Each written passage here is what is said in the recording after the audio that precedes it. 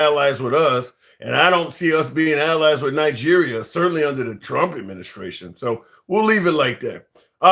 Looking in the comments, the president of peace who's ended no war, says concerned citizen. Well, Trump claims he's ended 9.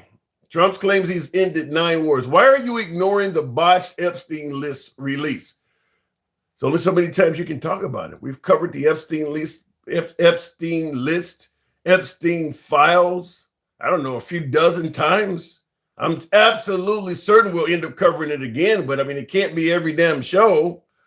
I mean, there's news happening in between Epstein dumps. There's other news happening. There's only so much you can cover there. Anyway, I claim I ended 5 wars, so it has to be true, and that is what he's saying. Tim, this is your cope. Don't sound right. Don't understand what you mean by my cope.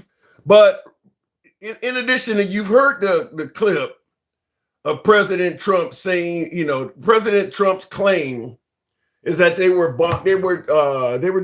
harming, or better yet, executing Christians in Nigeria. I want to ask you folks right off the bat, by way of yes or no in the comments, if Christians are indeed being persecuted or harmed in foreign countries, do you support going to those countries and launching military attacks? Yes or no in the comments. If Christians are being persecuted in other countries, do you support going to those countries with our men and women to attack the assailants? In other words, a worldwide defender of Christianity. Do you support America being a worldwide defender of Christianity? I am curious to see in the comments. I just want to look in the comments real quick. There's a host of folks saying yes. There's plenty of folks saying no, obviously, but there are people that are saying yes. So America could be the world's police in defense of Christian, kind of like the Israelis. They defend their religion. So America, anywhere Christians are being mistreated, America shows up and puts their lives on the line to defend Christianity. Wow. I'm amazed at how many folks are saying yes to that. That's because that's always going to happen. That's the reason why I'm bringing it up, because there will never be a time when religious wars are old as religion itself. So there'll never be a time when that's not happening. So if we're going to be a nation that defends Christianity worldwide, we will be a nation that is at constant conflict, because there's never going to be a time that's not happening. But now that I see a lot of you folks saying that you do support that, I want you to hear something. This is coming from the Pope himself. I think this is interesting, but this is the Pope himself making a statement in regards to the idea that Christians are being persecuted, executed, slaughtered. I would just invite all people in the United States to listen to them. Thank you. Father, a question about Nigeria. The government there has said that Christians are not endangered, but others say there are massacres and acts of persecution. Are Christians safe in Nigeria? And separately, what are you thinking ahead of your conversation with American youth for the National Catholic Youth Conference? I'll answer the first question. I think in Nigeria, in certain areas, there is certainly a danger for Christians, but for all people.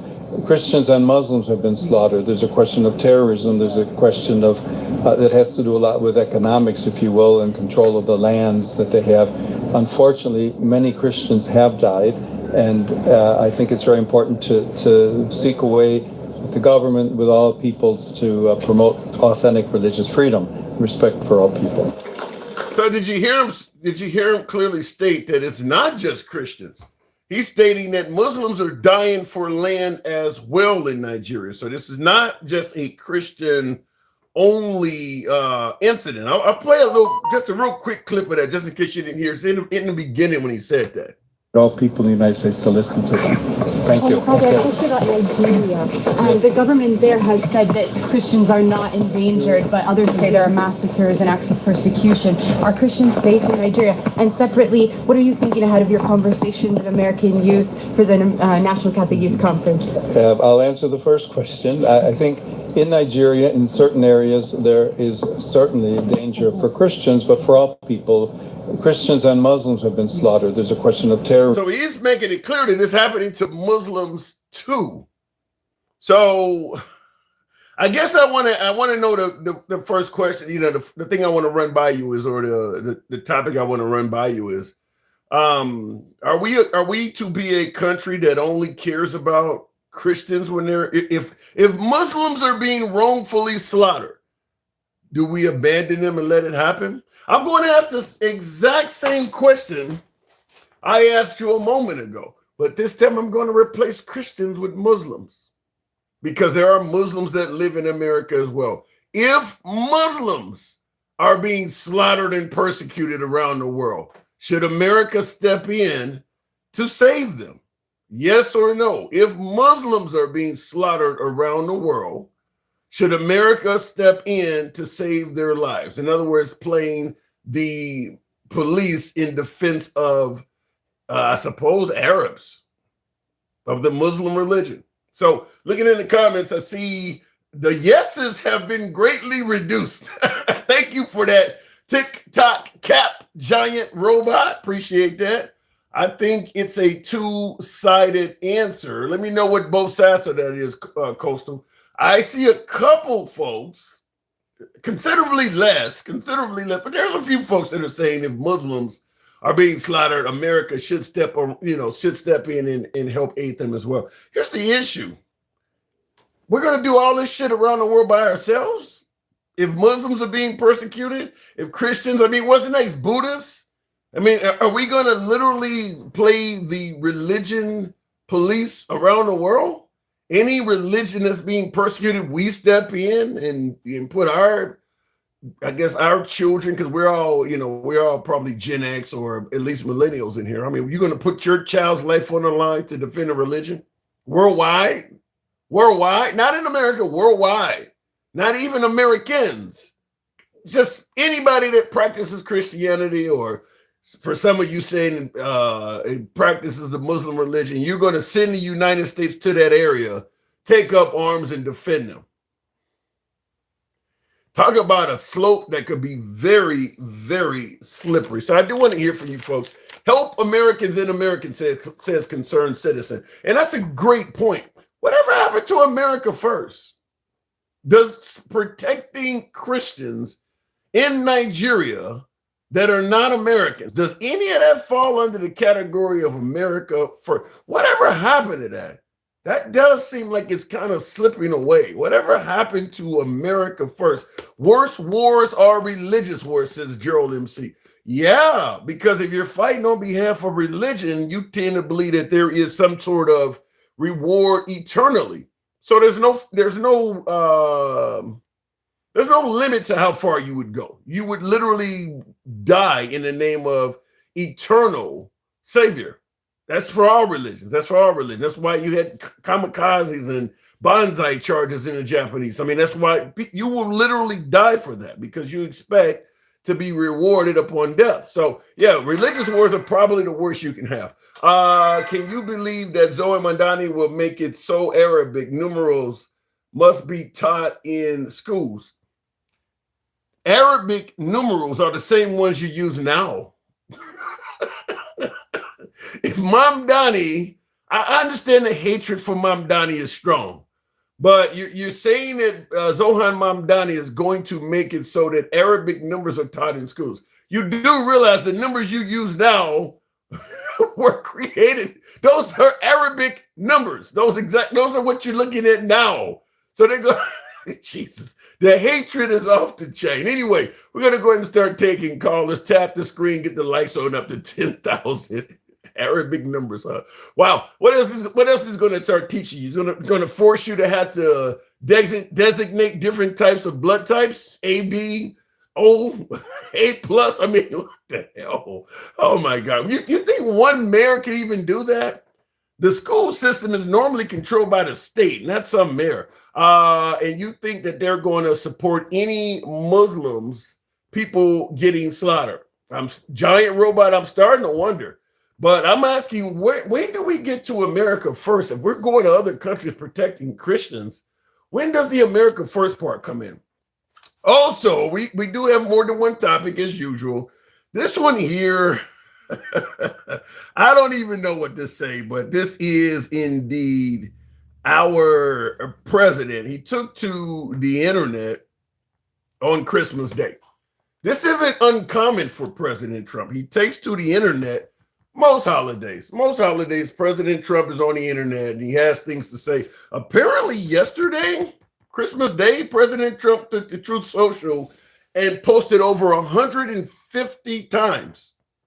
Apparently, he was not hanging around Barron, Don Jr., or Eric, or even Melania. He was on the internet. 150 plus messages came from Trump's account yesterday. Here's a winner. Merry Christmas to all, including the radical left scum that is doing everything possible to destroy our country, but are failing badly. We no longer have open borders, men and women's sports, transgender for everyone, or weak law enforcement. What we do have is a record stock market in 401ks, lowest crime numbers in decades, no inflation. Wow. And yesterday, a 4.3 GDP, 2 points better than expected. Tariffs have given us trillions of dollars in growth and prosperity, and the strongest national security we have ever had. We are respected again, perhaps like never before. God bless America, President Donald J. Trump. Now, that went out on Christmas Day off of President Trump's account at 5:32 in the morning. So he was, I mean, I guess, I don't know if he's in New York or Florida, but that would have been, 5:32 in the morning, East Coast time. So if you're in LA, that's like 2 in the morning in LA. Wow. Now that came from his account. I just want to ask you folks, because I'm going to give you a phrase you've heard numerous times on this channel, on this platform, and you heard it long before you came here. You've heard it everywhere. You've heard it from President Trump himself. TDS, Tango Delta Sierra, also known as Trump derangement syndrome. What is this? Sending these messages out like this, attacking the radical left scum, or sometimes it's the loony left, doing this every single holiday. Can someone explain to me how this is not an action that is behavior commiserate to being deranged? What is the difference? Tell me the difference between Trump derangement syndrome and this. I want to hear from some MAGA on that. I'm certainly be interested in hearing from MAGA to explain it, because I don't get how doing this every single holiday, because he done it last Christmas, he's done it on Thanksgiving, I believe he did it on Easter. Juneteenth's message was a mess. I mean, he's sending these messages out every holiday, these attack messages on our most prestigious holidays of the year. So tell me what's the difference between Trump derangement syndrome and this. I would like to hear from that. And last but not least, this one here, our third topic, I'm a bit confused on it, but I want to hear from you folks, because maybe you can let me know if this is a good thing, if this is a bad thing, or if this is somehow more the same. A breaking story that we are following here at this hour. This is all coming in as Ukrainian President Volodymyr Zelensky expected to meet with President Trump in South Florida as early as Sunday. So Axios reporter Barak Ravid, you see his post right here. He says the meeting between the two leaders is set for Sunday at Trump's Mar-a-Lago in Palm Beach County, Florida. Take a look. He says President Trump will meet with Ukraine's President Zelensky. According to a senior Ukrainian official, the existence of the meeting indicates significant progress in the negotiations over Trump's peace plan. Now, we also heard from Zelensky a bit earlier on today. He said that they reported on the latest contacts with the American side. We don't waste a single day. We've agreed on a high-level meeting with President Trump in the near future. A lot can be decided before the new year. Glory to Ukraine. So I'm just going to say, my heart goes out, not to throw up the Elon Musk salute, but my heart goes out to Vladimir Zelensky, because he doesn't have a choice in the matter. His country is in a desperate state dealing with the Russians, and they really need our help. But the way Trump has been addressing Zelensky is nothing short of just a bipolar maniac. I mean, kind of like the Katy Perry song, you're hot, then you're cold, you're yes, then you're no. Sometimes he's pro-Zelensky, other times he's anti-Zelensky. One day he's blaming Zelensky for the war. The next day he's telling Zelensky that the Russians are wrong and we'll help you out. He doesn't have a choice, unfortunately, because he really needs our help. I mean, so he has to deal with this. But this is the point I'm making, and I'll start taking calls momentarily. But the point I'm making, this is very similar to what Trump has done with the tariffs. Now, if Zelensky was a business looking to bring jobs back to America at a huge cost to his own business, because it's going to cost a fortune to bring manufacturing from one country to another, you think he would do it based on Trump going back and forth like that? Because just like we going back and forth with Ukraine, Trump has been going back and forth with tariffs like this as well. And the businesses do have other options. They actually do have other options. They don't, I mean, Zelensky has no choice. He's got to kind of, roll with the punches. But if you're Apple or Nike or something like that, you're probably not going to invest, millions, if not billions of dollars based on Trump constantly changing his mind like that. So anyway, we're going to go ahead and get into the show. And you think that they're going to support any Muslim getting slaughtered? Yeah, I saw that giant robot. Real quick, somebody else has to do it. Well, then America should say that. America's like, we'll help you today, then tomorrow, no, you're a corrupt country. You got biolabs there, you got neo-Nazis, or Zelensky is a dictator. Then the next day we're right back to offering to help again. It's like, what is the actual agenda? I don't get what the actual agenda is. Anyway, going straight to the box, worldwide defenders of Christianity. Kareem the Dream. Good evening, Kareem. Welcome to the program. Now Trump has obviously launched a strike in Nigeria. We'll give it a minute. It looks like Kareem, if it comes up here. I want to make sure I'm definitely on the right track here. Okay, if Kareem doesn't come up, I may have to let it reset. Why don't you add your Gangster? We have to have a program that's not exactly a mirror every day. That's why. That's why. If we did what you're suggesting, Gangster, every single day, it would literally be a mirror every day. We can't do the same thing every single day. That's why. Okay, Kareem, it doesn't look like it's going to come up. We'll give it a moment to reset. Not enough is being shown and told about the horrors going on in Gaza. I think there is. Certainly if you watch Democracy Now, I'm a fan of Democracy Now. It's a left-wing media outlet. There's plenty going on. There's plenty you can find on the internet that'll tell you the horrors of what's going on in Gaza. Al Jazeera. It doesn't take much research to find it. You're not going to hear from the Trump administration if that's where you're getting your news. If you're getting it from Fox or right-wing outlets, yeah, you're right. But if you want to know what's really going on in Gaza, you actually can find it. That's not that hard to find.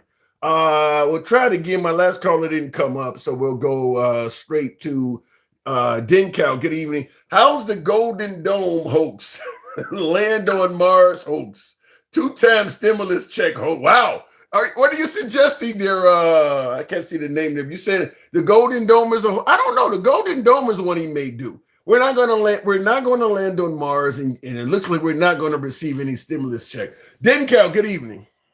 Good evening. Good evening. Hey, defending Christians worldwide. What say you?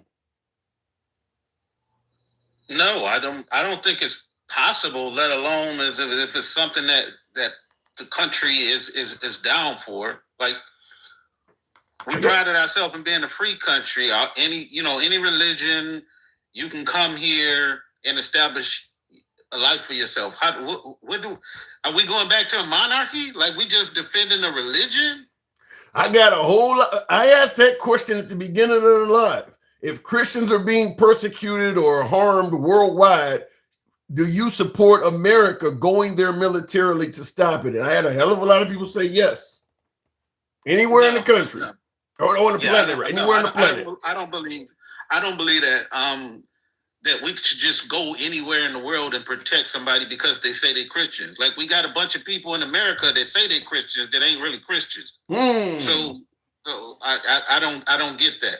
I would also add, most of the folks coming across the southern border that are suggesting that they need to seek asylum because somebody's out there in the cartel, those folks are really Christian. Most of them Hispanics, they are really Christian. Conservative, not just Christian, conservative Christians at that. Yeah. So what the hell is this then? Why would we launch a strike in Nigeria? Well, that's people playing on Trump's ego. Remember, that was the original reason why Nicki Minaj got behind him, because she said something in the public about asking him to help the people, the Christians in Nigeria. Now she's gone full on Trumper. So now he's going to follow through because he believes that's going to bring him more Christian voters and some black, while using Nicki Minaj, even though she probably lost, a couple million. She lost 10 million on Instagram alone. Yeah. Well, they're saying that's debate. I don't know, but she lost a butt ton of followers throughout all of her platforms because of what she did.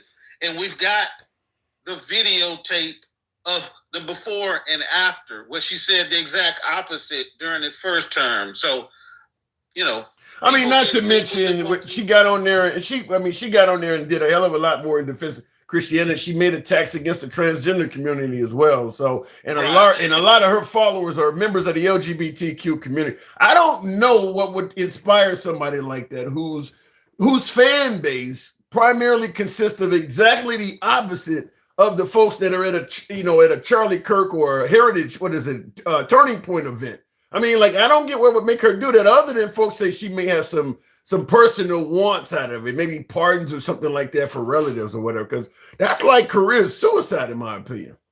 Right, but that's, that to me is from somebody who has what people consider or think of as fuck you money. Like, they think they got enough money, just like Kanye did. They think they got enough money where they just get to really say whatever it is they truly feel, or they have an alternative goal to being able to do something. But once she realizes, while she's living this multi-million-dollar life every year, once the money stops flowing, once people stop purchasing your product, that money you used to have when you was paying $20,000 a month and in landscaping for one of your California homes, and you're doing the same thing on the East Coast, and that money stops coming in. That money, I don't know, they probably I cannot imagine her going on stage at like a Source Awards or something like that. She can't go totally banned from any cookout. Like, she can't show up anywhere where it's a primary black audience. I mean, her claim to fame is hip hop. She is not going to be invited to anything hip hop, BET Awards, none of that. If they let her come there, and you not only would you get a bunch of boos from actual celebrities, but when they're on stage, they're gonna probably point her out. Like, she's banned. You got to remember who owns all of the media now, too. Now, I'm not saying that she's not going to get booed or whatever, but remember, BET is not owned by black people. It's owned by Viacom. Yeah, but they there. Yeah, I don't care who actually catered to sponsor the cookout. These are Negroes that are here. You can't just show up. I don't care who's at the food. You can't just show up to this shit. It ain't safe. I mean, like, if she show up to any primarily hip hop oriented event, it ain't gonna be good. Oh, I agree. I totally agree with you. I'm just saying, like, she had ulterior motives, but I believe that she thought that she was probably shielded with the amount of money she had, and she probably put whatever her ulterior motive over all of that. Whether that was getting her husband a pardon, her brothers a pardon, whether it was helping the Christians in Nigeria, or whatever it is she thought. But how about this? How about this, Dinka? Draco on YouTube says, who is in a cult now, Tim? You're going to disown her now. So, in other words, we're so cult-like in terms of being behind the Democrats that anybody that disowns the Democrats, is that what we're doing here? Is this cult-like behavior? If we're having a conversation about somebody who has now endorsed the very people that we believe are hurting our country, our race, all types of things. No, that's not being in a cult. That's having a logical reaction to something that happened. For every action, there's a reaction. Yeah. When she comes out and says, "Oh, Donald Trump is so cute and he looks good," we know she's a fucking liar. We know she's lying to achieve a goal. So no, we just not gonna roll with her. We gonna say she's lying about this, she's lying about that. Oh, she's got up there and says, "Well, Trump and JD, they get us. They get us." No, they don't. They don't get us. Just hearing that shit is funny as hell to think that, you know, I mean, maybe she's talking to the folks at Turning Point because, yeah, her fans are looking. You really think Trump and JD Vance get us? I mean, where you are from, they refer to as a shithole country, and they banned them from coming to America. Like, yeah, I don't get it. I don't get it. Other than and this guy has literally sat on a solid gold toilet for the last 60 years. He's never had to go buy groceries. He's never had to worry about inflation or affordability. He does not get us. I don't understand how people can sit. What's most amazing is all of these people down south that always, since I was growing up, have always been saying stuff like, "Oh, you city slickers up north, you guys are always trying to con people, and you guys are always talking fast and trying to get people to do stuff." That is the epitome of Donald Trump. And now they're saying he's somehow one of them. He understands their pain or what he's never had to balance a checkbook or go into a grocery store and say, "No, I got to buy the generic stuff." He doesn't know none of that. That's really an admirable place to be for Trump. That's an awesome place to be, is that you can be part of the 1% your entire life and convince the 99% that you're one of them. I mean, that's not a bad, like I said, the guy has the gift of gab. I've said it many times. He could sell ice to igloos. That's pretty cool. That you got gold throughout your house, and this dude that's living in a trailer that's not even the size of your bathroom is like, he gets us. He's one of us. I don't know how he does it, but I got to give him kudos for being able to do that. Right, but for somebody, one of his blind followers, to get up here and say, "We the ones who don't know what the hell we talking about," because we're saying what's actually happening to them. They have bought in that no matter what this guy says or does, he's one of them. I mean, he's literally got felonies on his record. He's literally been, you know what I'm saying? Yeah, but I'm being told them felonies. And the fact that that man sells gym shoes, it should make him relate to us Negroes, right? He got felonies, got a mugshot. Shout out, right? Yeah. I guess we can say since Bill Cosby's no longer in jail that he's innocent. He never did anything, right? Hey, I mean, yeah. Is he a convicted felon or not? That's all I'm saying. Yes, he is. We're utilizing the system that they created to decide guilt or innocence. So now that we decide to utilize that same system and say, "Well, this guy is guilty," well, that doesn't count because we don't like the people who did it, and even all the way down to the jury, a jury of your peers. This wasn't some Obama official who said he was guilty.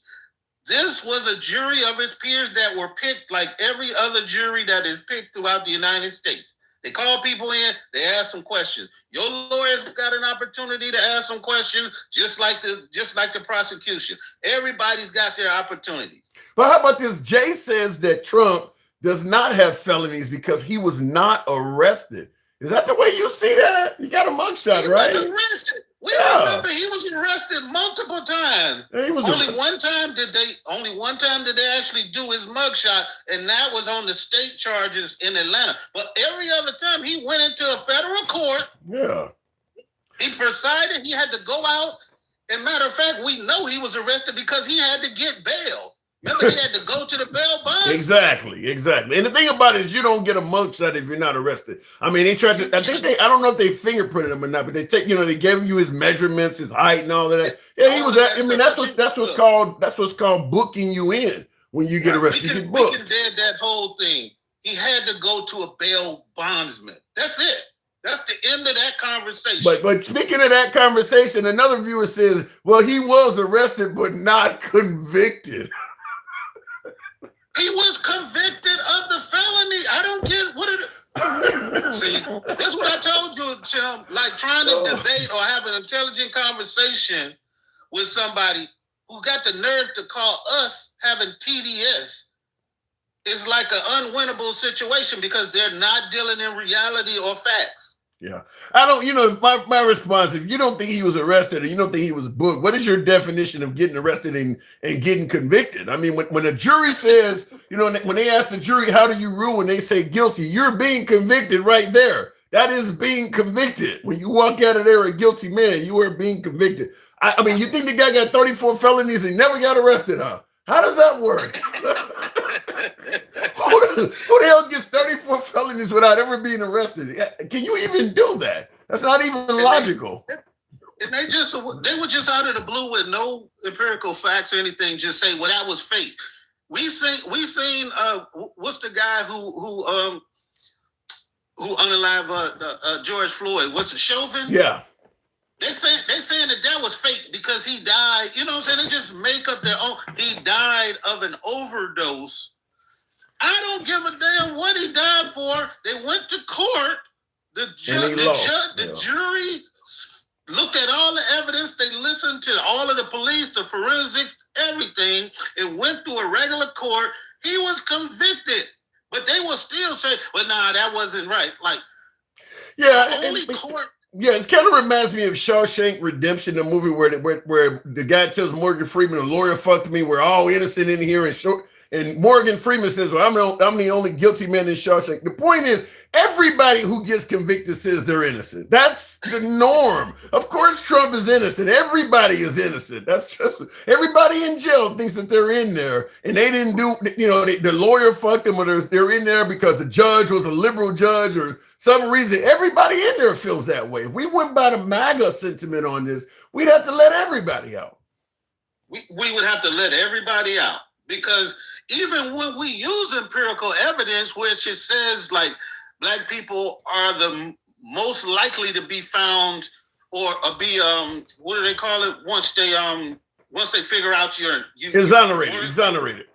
Yeah, so we have empirical evidence that there's a lot of people in jail that shouldn't be because of the color of their skin, but they don't care about that. They say everybody in jail, if you in a shitty jail, that's just on you. If you got sent to CCOT, that's just your punishment for being a criminal. But the moment Trump spends 20 minutes in the damn the county jail to get fingerprinted, now he wants to talk about how bad the jails are. And he did say that. He said that also. He said that also in relation to the Gen 6 folks. It's an awful place, and you got to let them out because, like, that's what we've always kind of favored in this country: is sending prisoners to a place that's awful. We want to make it terrible. All of a sudden, the January 6th folks go in there, and you complaining that, well, the beds ain't soft enough, huh? I mean, like. But one thing you haven't seen after all of that complaining is nobody come up with no prison reform. Nobody's saying nothing about it, not a day out, right? Yeah, that's a good point. You don't hear any of that. Everybody that's still in there is getting shitty treatment. They don't care about that no more as long as they got out. I did a video on that back then when Trump was talking about he had to let them out because the conditions in federal prison were so terrible. And I asked that question. I said, he's in control of all of the federal prisons in this country as a commander in chief. Now that he know how terrible it is, he's gotten his guys out. He could do something to clean up the prisons. Why? You're right. Once he got the Gen 6 people out of there, he didn't give a shit about the remaining people that were left behind. And they're Americans too. And we all know that prisons are not supposed to be your final place. They're supposed to be a rehabilitation. But we've gotten away from that. And we understand the recidivism is so bad because once people get in the system, they don't have any rehabilitation skills or anything. They're more likely to go back. So instead of thinking about stuff like that, we like these 1,500 people that stormed the Capitol and tried to, make a coup. Oh, they served enough time. Well, I think he just has a special place for his own people. But before I let you go, now Trump is supposed to be meeting with Vladimir Zelensky of the Ukraine as early as Sunday. You think anything's going to come out of that this time? I mean, they've met a lot at this point. I think he's even met with Putin twice. He promised to do this in 24 hours, so it's been we're around the 25th, 26th hour. But he promised to end that war in 24 hours, so it's a little bit past 1 day. But do you think anything's going to come out of this? Well, I can tell you for sure, one or two things are going to come out of it. He's going to come out of it and say, we had some very good discussions. we had a very good That's meeting. true, yeah. And I'm going to talk to Putin, and we're going to see if we can get this thing back on track. Or he's going to come out of it and say, this guy just won't cooperate, and I'm about to wash my hands of it. One of those two things will be said. I can guarantee you that. So will anything tangible actually happen? I agree with you. He's going to have an awesome conversation with. I don't think Trump's ever had a conversation with anyone that was not awesome, other than the Zelensky conversation that was filmed on live TV, so he couldn't say it was great. Every conversation he has is a great conversation. I mean, perfect phone call with Zelensky in his first term. He met with Putin on the red carpet in Alaska. Every conversation, the one he had with Kim Jong-un, they're always perfect. Other than, like I said, the one he had with Zelensky in the Oval Office, he couldn't say that was perfect because we saw it. So there was no way, with them arguing like that. But is there anything tangible going to actually come out of it? No, the same way. Just one quick last thing was just these folks that said that there was nothing else in these Epstein files. Said they found over 1 million new documents. That's fucking great. I saw that. I was laying in bed. I'm like, are you kidding me? 1 million? 1 million new documents. When they told us there was nothing, the only people who was doing bad stuff was Epstein and Ghislaine Maxwell. Now they found 1 million more documents after they said, you know what word they used with the Pam Bondi? We did an exhaustive search, and we have not found anything that leads us to believe that anybody was involved except for Epstein. We know it's hundreds of thousands of victims. They say it was just them two. But the question I wonder is, how much of this shit do you need to have before you actually make an arrest? I mean, you got 1 million, like you guys got enough shit on this dude that it feels 1 million. Why wasn't he thrown under the jail I mean, even when he did get sentenced, he got a sweetheart deal. I mean, everything about that case we could talk about Trump, but a lot, some of this happened under the Biden administration. Some of this happened even as far back as Obama. You got 1 million documents on this dude. This dude should have been under the jail a long time ago, including many of his associates. This is probably going to be the biggest cover up of something like this in our lifetime. I mean, because it involves so many elite members of society around the damn world. And remember, the guy who gave him the sweetheart deal that allowed him to stay at home on the Trump administration, protect everybody around him, was nominated by the Trump campaign to serve in one of the highest offices in this land. And the only reason why he had to step down is because everybody started realizing, wait a minute, that's the guy. Yeah. And then Trump was flying on this dude's plane. When he told us from the very beginning, he never was on that man's plane or on that island. This is where I do have to hear. I'm going to have to hear from some of my MAGA on this because, there is. Look, you got to look at a person as if they're innocent until proven guilty. But there is so much circumstantial evidence that suggests Trump is not innocent. Like, do you actually have to see him on top of a kid to believe it? I mean, the pictures, the resistance to letting this stuff come out, the redacted documents. Ghislaine Maxwell is now in minimum security prison that your lawyer gave her with no explanation. There is so much circumstantial evidence that how could you believe he's innocent? I mean, look, you can't prove him. You can't prove him guilty, but how could you feel confident saying he's innocent? We can give when we talk about a circumstantial evidence, but there's documented testimony from little girls saying that them two did something to them. Now, this the man who's been protecting these files forever. Saying that Trump participated? Yes, yes. And that the woman and that the lady that made the claim died from a gunshot wound to the head. Yeah. So I'm not gonna keep playing these games with MAGA when they calling me a cult member.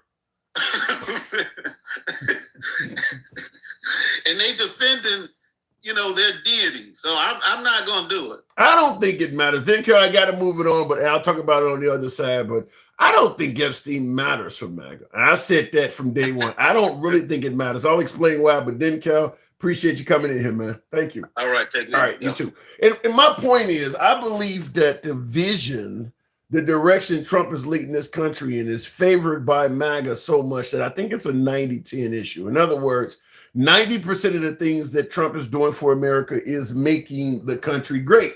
Written right on the hat itself, make America great. 90% of the things he's doing is so great for this country that I'm not going to throw him under the bus for the other 10% that may not be good, which is stuff like Epstein. That's how I believe it is. I don't believe there is anything that would come out in regards to the Epstein files that would make MAGA sway from President Trump, because I believe that the viewpoint is that everybody else that could possibly lead this country is so significantly worse than Trump that they're going to overlook that little bit. I mean, certainly not going to step away from Trump and go liberal.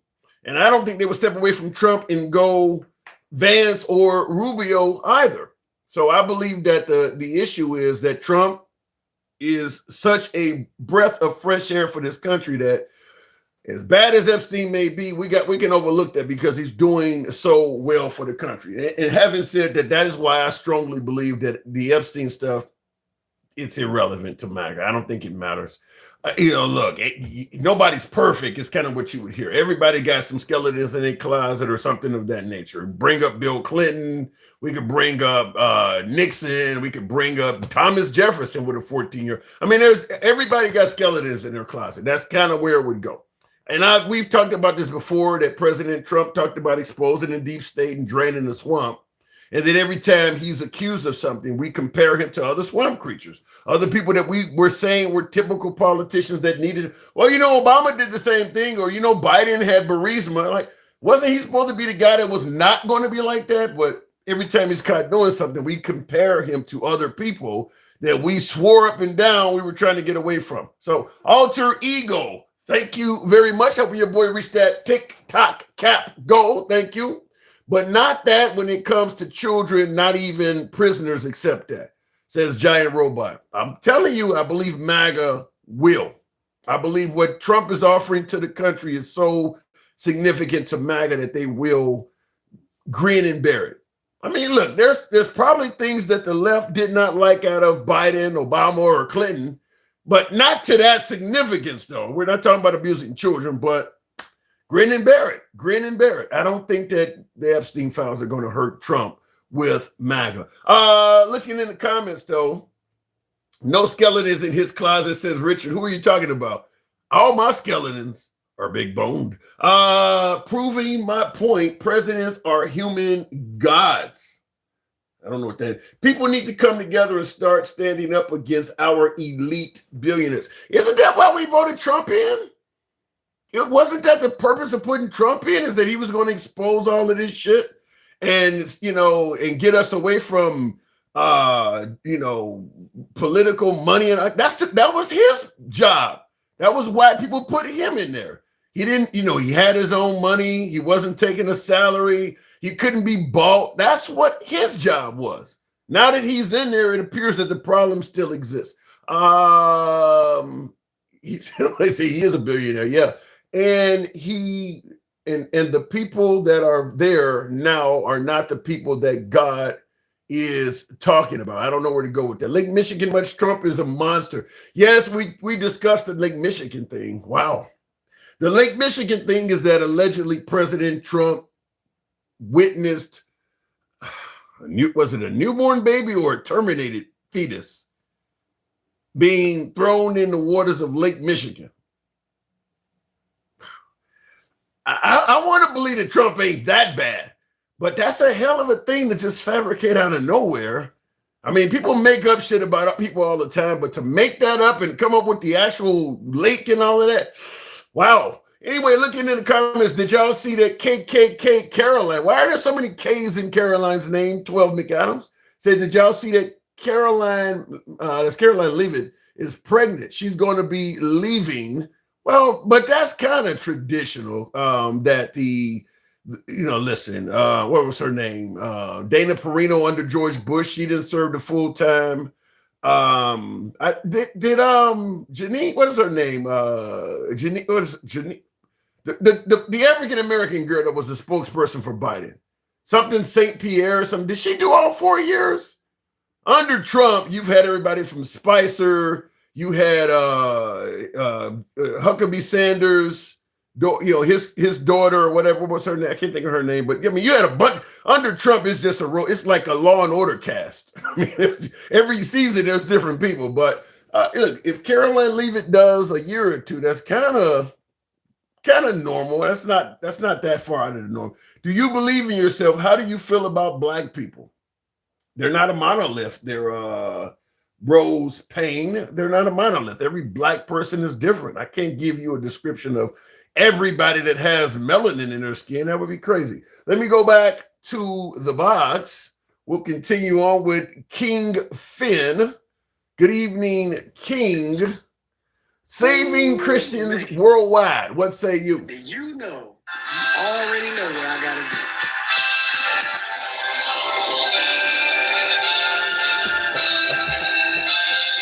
Ask for a king. I gave you a king. We gave you a king. That's right. King Finn is in the building. Okay. We elected a king, I thought. Are you suggesting that you're somehow, some way above the president of the United States? Of course I am, because I'm human, first of all. But you're a Black man. You're inferior to this guy. The United States is a clown. He's not a king. He's a clown at best. Yeah. Facts for first. He has a lot of... I got folks that have stated on social media that they're willing to take a bullet and die for this guy. What are you talking about? Yeah, okay. Well, let them go ahead. Because he wouldn't do that for them. He wouldn't piss on them if they was on fire. So let them do what they want to do. I guess a ketchup packet might be in their favor, right? What are you saying? I mean, the man took a bullet almost twice for this damn country. No, he ain't take no damn bullet. He took a ketchup packet to the ear. Otherwise, how did it regrow so much? Is he taking some type of lizard like symptom, or is he taking lizard pellets? Maybe that is why that man can stay up to the middle of the night, can hold such a tight schedule, keeping us all abreast of what's going on. Maybe he heals fast. You mean the same dude who sleeps through most of his press conferences and meetings? He's same guy who sleep on TV. The same guy who was sleeping so hard at that parade they had to shake him. Are you serious right now? He's a hardworking guy, King. He's up to 3 a.m. most nights. Hardworking at what? He's trying to keep his diaper clean, right?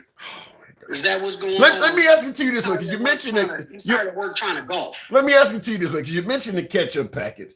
If the assassination attempt on our leader was somehow staged, how did the individuals, the firemen in the audience, actually lose his life? People did lose their life at that event. Can I ask you something? When anybody else had been pew-pewed at, we'll say pew-pew, TikTok friendly language. Okay. Did they pump their fist at the end like a wrestler? No, because nobody has the fight in them like President Trump. Boy, you fluffing. Well, look, the fact that somebody could take a couple shots at the guy with a long-range weapon, and the president has the gumption to not only say fight, but to reach down and say, don't forget my shoes. Give it up for the man. Who has a fight like that in him? About to make me cuss. I'm not about to go there with you right now. You about to make me cuss. Give it up for that mug. He got more. You fluffy. Even Tupac didn't do that. 50 Cent didn't do that. Why? You know why? Because they ain't freaking shot. Are you serious right now? Are you serious right now? It was a ketchup packet and you know it. That ear would have been blown off by the size of the bullet and the size of the damn rifle. You know damn well that this ear wouldn't even exist no Maybe more. he was. Ask Charlie Kirk. Ask Charlie Kirk. Charlie Kirk, even Charlie Kirk's situation though is worth questioning because you would expect a round like that to go through its target, and it did not. Is he still here? Is he still talking? From what I've seen at Turning Point USA, even Nicki Minaj showing up, Charlie Kirk is still here. His spirit is still with us. We're not mentioning that for shaking her. Charlie Kirk is still with us. I don't even know why you saying that. Oh my God. Why? I'm holding my tongue right now, Tim. I am biting down on my tongue harder than Trump fist pumped that bullet because I really want to say something to you right now. Oh, come on. I'm trying. Wait. But let's get clarity. Is the spirit of Charlie Kirk not here as stronger than ever? When you say is he here, I'm saying in spirit he is here with us all stronger than he was before that. Well, why don't we ask Usha that? How about we ask Erica Kirk and JD Vance that? How about we ask Grindr after it was crashed at the damn memorial? They had a funeral and they crashed Grindr. Are we serious right now? Well, they gotta have something to do. I mean, Republicans need something to do. Really? Yeah. They gotta have something to do. They gotta have something to do. I guess so. They I were would say something or someone. They were just trying to reach out to other natives and things like that when they were in the area. Right. You remember what Grindr is, right? Yeah, it's a good app. I hear it's a good app. Oh, are you on Grindr? I didn't say that. I didn't say that. Yeah, I did not say that. I said it's I hear it's a successful app. That's what I hear. Let me find out you on Grindr with a profile. Well, I'm gonna say something. But from what I hear, if you do a profile picture with a MAGA hat, you get a whole lot of folks that'll swipe on your picture. Yeah, I bet you do. Yeah, but they ain't swiping for what you think they swiping for. What do you think they swiping for? They want to read the Bible to you? Let's just say that. They're not looking for friendship. And for all you fake Christians out there that's talking about that what's going on in Nigeria right now, it's hilarious how y'all all so up in armed about how Christians are being murdered, being smurdered over there right now. But people have used Christianity as a tool for hundreds of years. Y'all had 100-year war walking around smurdering people, talking about your God. That's hilarious to me because nobody's talking about the Nigerian Muslims that have been smurdered either. Nobody's saying that. Let's talk about that. You want to tell the truth? Tell the damn truth. Wait. You said nobody's talking about the Nigerian Muslims. Yeah. That have been smurdered either. Nobody's talking about those. Well, the Pope is talking about it. And I actually talked about that, huh? I bet you he is. Well, in fact, let me get my I want you to hear this because I don't know if you were around earlier in the program. It's not a long clip, but I think is worthy of hearing considering what you just stated. Very clear in what they said, and I think that I would just invite all people in the United States to listen to them. Thank you. Father, a question about Nigeria. The government there has said that Christians are not endangered, but others say there are massacres and acts of persecution. Are Christians safe in Nigeria? And separately, what are you thinking ahead of your conversation with American youth for the National Catholic Youth Conference? I'll answer the first question. I think in Nigeria, in certain areas, there is certainly a danger for Christians, but for all people, Christians and Muslims have been slaughtered. There's a question of terrorism. There's a question of that has to do a lot with economics, if you will, and control of the lands that they have. Unfortunately, many Christians have. So it's happening to Christians and Muslims. Yeah, appreciate that, Blue. Thank you. But this wasn't a big deal to you know who and to all you fake red hat wearing MFs when it was just the Muslims. Nobody was talking about it then. Now all of a sudden we need America to come help them fight that battle, which is hot bullshit to me. Excuse my French. Well, according to the Trump administration, Nigeria asked us. They're saying this is ISIS, and Nigeria asked us to do this. No, they didn't. No, because if you listen to the president, and you listen to some of the other creators that are on this app, nobody in Nigeria asked that crap stain to go over there and mess with them. Nobody asked them because everybody knows when white men get into it, when the colonizers get into something, everything goes bad. And it's 100% bad. Oh, wait, come on now. What are you saying? That every time the white man gets involved, that's a bit much.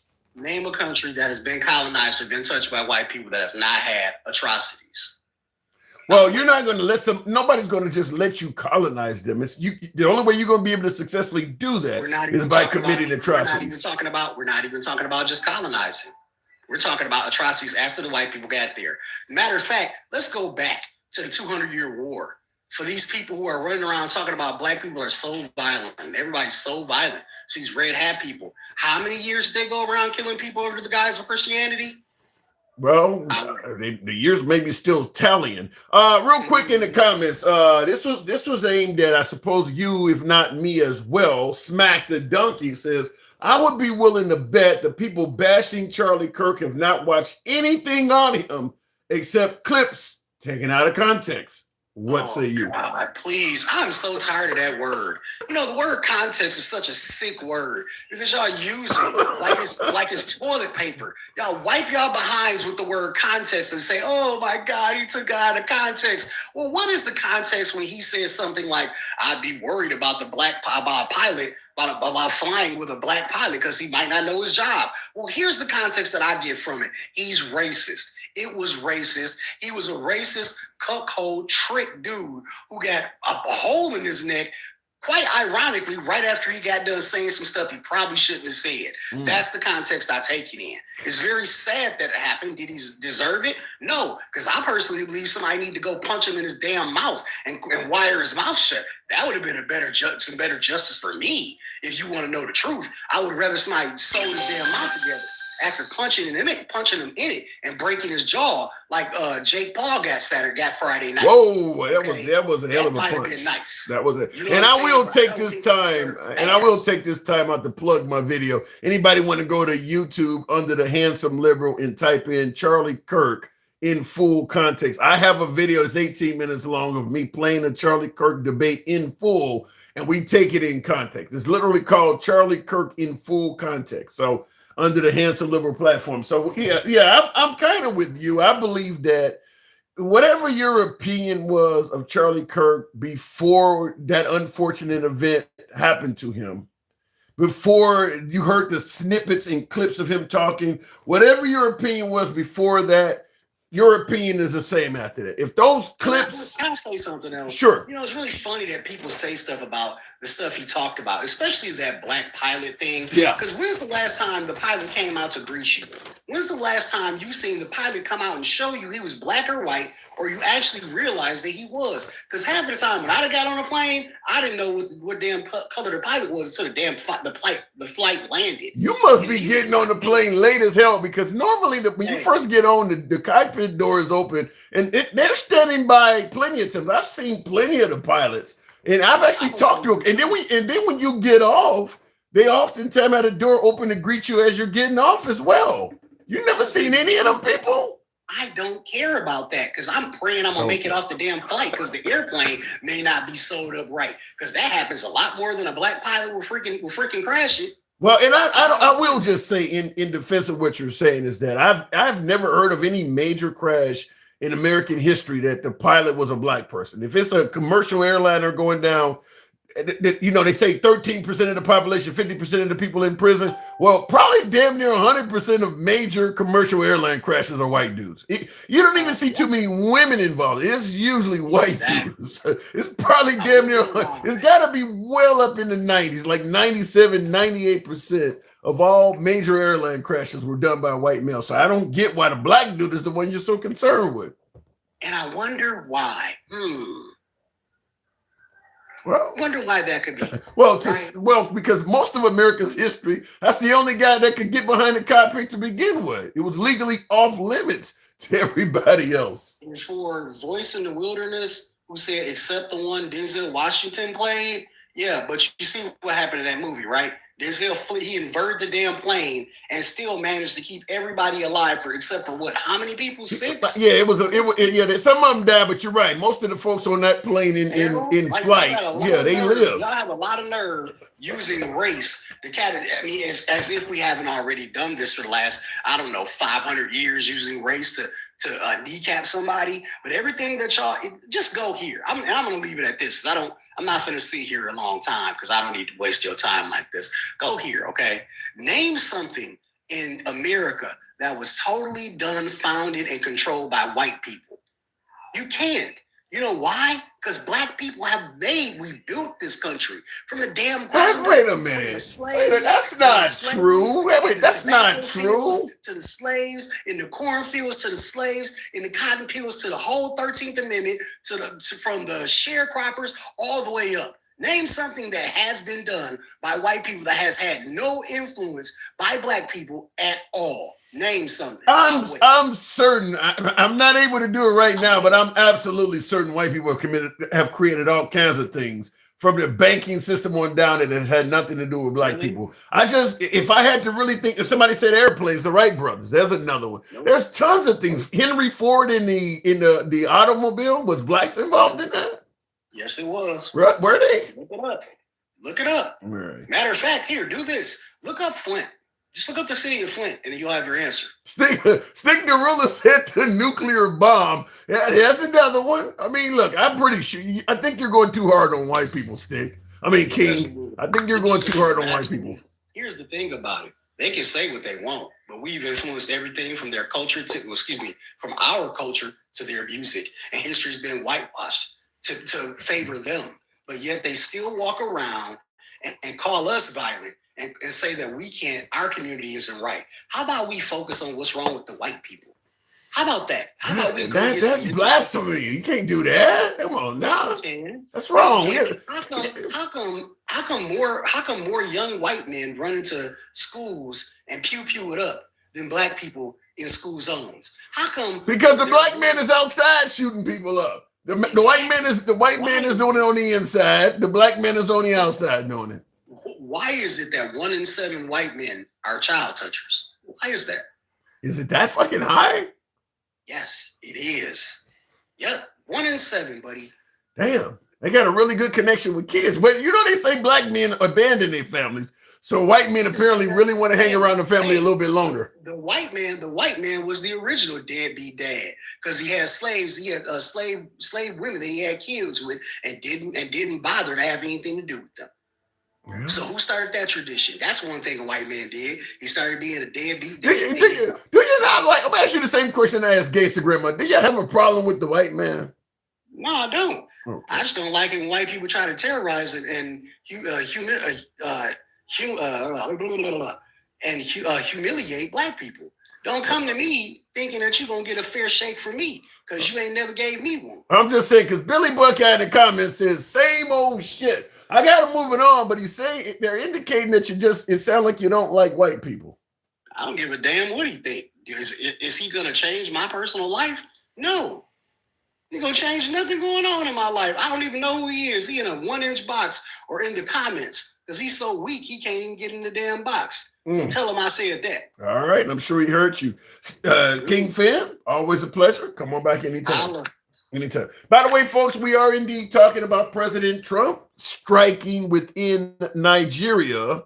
The suggestion was that Christians were being executed. Now, I asked this question earlier, but there are hundreds of more people on here, and I just want to ask it again in the comments, yes or no. If you hear that Christians are being persecuted or even executed, Christians somewhere in the world are being harmed simply due to their fact that they're Christians, would you support America using its military to intervene and stop it? Thank you for that, Kabira. Thank you very much. Wow. Appreciate that. Yes or no in the comments. Would you support America using its military might to defend Christians that are being victimized, wherever it may be? I'd like to ask that question and see how many folks. Some folks, there's still a lot of folks that are saying yes, and then there's some saying no. This dude wants to be better than somebody else. I don't know what that means. Hell no, bro. Israel has to save her. Well, Israel is not really Christian, though. A lot of folks are saying yes, though. I've been to Africa. Let me call in. Derry, if you want to come over to the Handsome Liberal on TikTok or Instagram, we will bring you up. Okay, then a lot of folks on YouTube, which is where my beloved MAGA is located. I got more MAGA on YouTube. A lot of folks on YouTube are saying yes. I want to ask you from this standpoint, because you see what we're talking about in terms of securing our nation's southern border. Come the legal way. We've kind of ended TPS, temporary protected status. We've ended the ability to claim asylum and come here. I'm bringing this stuff up because the overwhelming majority of people coming across the southern border claiming to be fleeing the cartel or some other kind of persecution, they're Christians. The Hispanic community is, I believe the Hispanic community is probably even more Christian than we are. They are, I mean, tattoos and everything. You see all of that shit. You can point out the MS-13 tattoos, but what about the ones of the Virgin Mary that are all over their backs and things like that? Those folks are really Christian based. So the point I'm making that I'm kind of confused is if we really are going to defend and protect the welfare of Christians, then why are we treating them like that? Because we're sending them back into environments where they could also be harmed. And I don't know, is it okay to protect Christians as long as it's done overseas and it doesn't come home? I don't get it. I'd have to hear from some of you folks in the comments, but most of those folks that are Hispanic that are coming in this country across the southern border, they are Christians. Trump has blood on his hands, says Samuel. Name one president of the United States who was bloody peaceful. None. I think we've been under some sort of a conflict under every president, but I think in Trump's case, it might be a bit more. By the way, before I go to the next caller, tap the screen, get us up to 55. And I'm saying that because of this graphic here I meant to bring up. These are the places we've already had airstrikes in 2025. So all of this, 100% of this is under Trump's watch. I'm trying to see what's the first one here. Look, I mean, I'm just going to go by what I see here. June 22nd, we bombed Iran to supposedly stop their nuclear ambitions. Syria was bombed on December 19th, so that's only been a couple weeks ago, or better, no, wait a minute. A week ago. December 19th, we bombed Syria. March 13th, we bombed something inside of Iraq. I mean, that's almost 9 months ago. I don't remember the Iraq bombing, but March 13th, we bombed Iraq. Yemen in March and May of this year. We bombed Somalia 4 days ago. We bombed some targets within Somalia 4 days ago. Nigeria, obviously, on Christmas Day. And then, of course, there's been strikes targeting alleged drug boats in the Caribbean since September.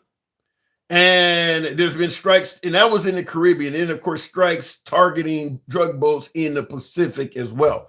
So we've used a lot of ordnance. We've bombed a lot of places under the Trump administration. This was only year one. That's what, 4, 6, 7 different spots. And obviously Venezuela being marked as one spot, there's been a hell of a lot of people. I think we've killed almost 100 people in off the coast of Venezuela alone, with Colombia saying that some of those were some of their people as well. So we're killing folks for a variety of reasons, because Nigeria was supposedly Christians. Yemen was due to the war they were having with Israel. Iran was their nuclear ambitions. Venezuela's due to drugs, I suppose, or is it oil vessels? I don't know. Or is it the Venezuelan conflict is kind of an evolving one. It started out to prevent drugs from coming here. And now it's to stop Venezuela from doing oil business with Iran and sponsoring terrorism. And in between that, we're saying that their government is an illegitimate government. So whatever our reason is in Venezuela, it seems to be evolving. You hear, just like with Bush, weapons of mass destruction morphed into their killing their own people. It morphed into something else. So that's what seems to be happening with Venezuela. So anyway, we'll continue on the program. Who said we're not supposed to have Christmas trees? That's absurd. You guys talking amongst each other. There are Christmas tree farms, especially for purchasing. We make them available. We aren't depleting resources as with palm oil. Okay, you guys are really talking amongst each other with that. Anyway, if you want to call in, feel free to come over to the Handsome Liberal on TikTok or Instagram. We'll bring you up. Continuing on with the program, tap the screen, get us up to 55,000. Afghan war was nothing to do with Israel. No, Afghan war had nothing to do with nothing, to be honest with you, because Bin Laden was not in Afghanistan either. A lot of these wars, the Iraq war, well, Had nothing to do. I mean, Bin Laden took out, was responsible for the World Trade Center, and we found him in Pakistan. He was not in Iraq. He was not in Afghanistan, but he was the primary reason we indicated we were going in those countries. So it's hard to say. I mean, this stuff morphs into every damn thing else. Let me continue on with the program. We'll go over to Gangsta Grandma. Why does he keep saying does he mean there? We are Americans. I get that some folks separate white from black. When I say we, I mean Americans. I don't separate white from black. I'm saying Americans. Gangsta Grandma, good evening. You are so sick. You just love that uncooked protein, huh? Drip, drip, drip, drip, huh? I don't know what you're talking about. Charlie Kirk, drip. You be fluffing. Damn, man. You the biggest fluffer ever. You know, that's all that uncooked protein in your belly. That's why your ass is fucking fat. You big ass fluffer. Is that a new Run DMC remix? You be fluffing. Bum, bum, bum, bum. What are you talking about? Because you be just on the shit. Don't you forget that you're a black man? Pookie, you don't drink a lot of bleach, huh? That's what you want to do, drink a lot of bleach? Tell me what I have said to indicate I have forgotten I'm a black man. You be saying, man. Give me some examples. Straighten it out. Give me some examples. You said King was what? Being hard on the white man? No, he's not. Yeah, he was. What has the white man really did? Nothing. The only thing they are good for is racism and colonization. That's all. That's all they're good for. Nothing more, nothing less. Oh yeah, great for every damn buddy because I have more than 7 fucking men. It should come as no surprise that you agree with King that saying the white man is not good for it. Because you don't like the white man either. You don't like him either. You like, right? I'm sorry you like snow roaches to sucking your little winky. But hey, I don't. What the fuck? Really? Then you give the motherfucker credit about the border when it's wide the fuck open, just like Melania Trump is. Wide the fucking open. Everybody runs right through it. You believe, wait a minute. You believe that currently under President Trump in 2025, the border is quote unquote wide open? Really? Wide open. Just like Melania Trump. Right? No, people. Yes, it is. No. You know nut. Have you ever been to have your fat ass ever been to the damn border? Fuck no. Okay. It's open. Just like Melania Trump, her legs wide open. Everybody run right through it. You know what I'm saying? Okay. It is. It's open. First of all, let me make it clear. I've been to the border, took pictures next to the wall. I've actually talked to border agents and asked them how they felt about President Trump. So yeah, I've been to the border a few times. I've been to right at the wall. I've been on the other side of the border as well. God damn it. Okay, goddamn it, quit fluffing. Get the cock out your damn mouth. Damn. You don't have no gag reflexes, do you? I don't know what you're talking about. Because you be fluffing, they're dripping. Your shit coming out your mouth like dripping. Like a whole fucking woman. Drip, drip, drip, drip. Hey, I have no clue what you're talking about. I'm asking. I bet you don't. Yes, you do. To me, you come across as somebody that just hates white people. I don't hate white people. I hate maggots who put us in this situation. All this motherfucker's doing in office is getting rich, okay? He don't give a fuck about their poor ass white trailer trash assassins. He don't give a fuck about them. You know. Okay, well let's get into into what he did do. He gave Africa $1.6 billion, and guess what? For their medical shit. Well, let's get into the topic at hand. What about the fact that he is? You just hear what I said? Yeah, I heard what you said. He's giving our money and fucking away. Well, those gonna be Americans going without insurance. Go look the shit up. What about the fact that he is using our military might to protect Christians? You're Christian, right? I'm a Christian. He ain't doing that. See, let me tell you something. Okay? He's saying they're Christians. There's Muslims and Christians that's getting hurt. Okay? And he's not doing it because of them. He wants something in Africa. What does he want, Tim? In Africa. He wants to colonize it. Why? He wants something in it. Just like he's doing in Venezuela. He ain't doing it for the D. He ain't doing it for the coca. He's doing it for the oil and shit. He wants something. What makes you suggest that he wants to colonize Africa? What does a white man always want to do, Tim? Make money like the rest of us. No, Tim. He wants to colonize it. He wants to take it. Like he wants to do a Greenland and every damn thing else. Okay, he's copped to wanting to take Greenland. He's talked about Canada being the 51st state. He's never talked about acquiring Nigeria.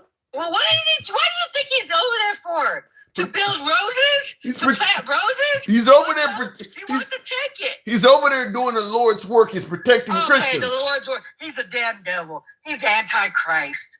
For God's sake. That's why the motherfucker won't die. What the hell is that supposed to mean? You know what? Everyone else is unaliving. You know what I mean?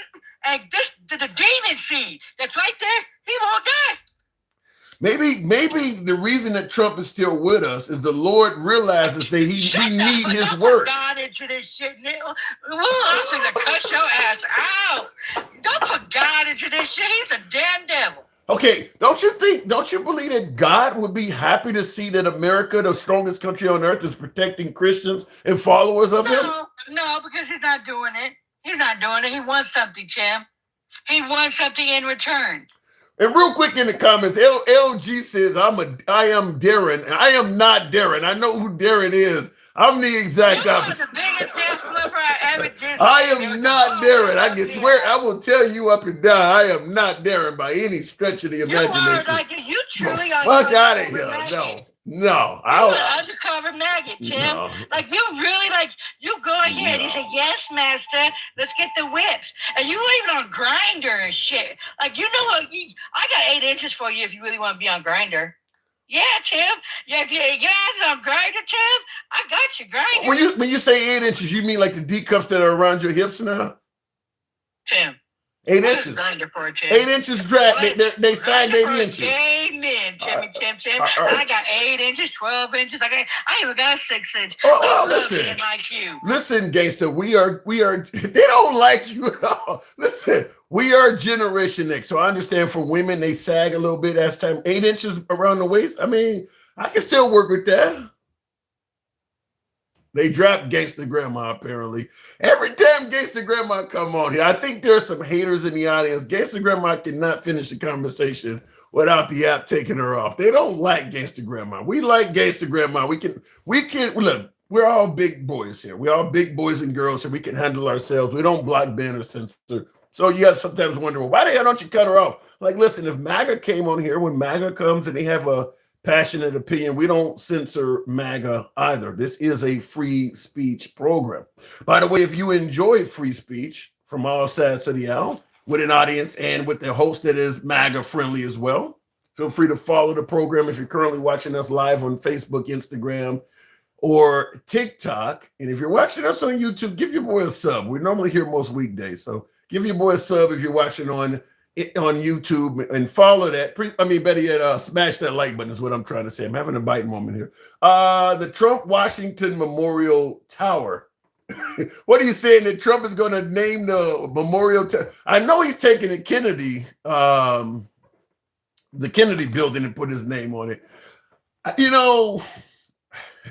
I'm surprised MAGA's not saying anything about that, because that is very narcissistic. Normally, we don't name things after presidents until they've passed away. We don't normally name stuff after living presidents.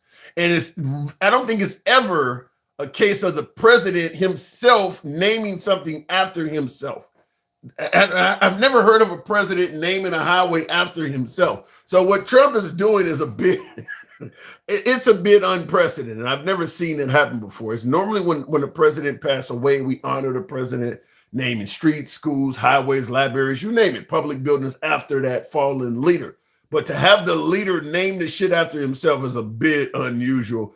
Looking in the comments, Mike, appreciate the TikTok cap. Thank you very much. Nigeria is rich in natural resources, notably crude oil, natural gas. The economy also possesses an abundant solid minerals like coal, tin, iron ore, limestone, gypsum, gold, kaolin, lead, zinc, and blue. Here's something I want to say that based on what I just read out to you folks by Richard Crosby about all the natural resources in Nigeria, you should understand where I'm going with this.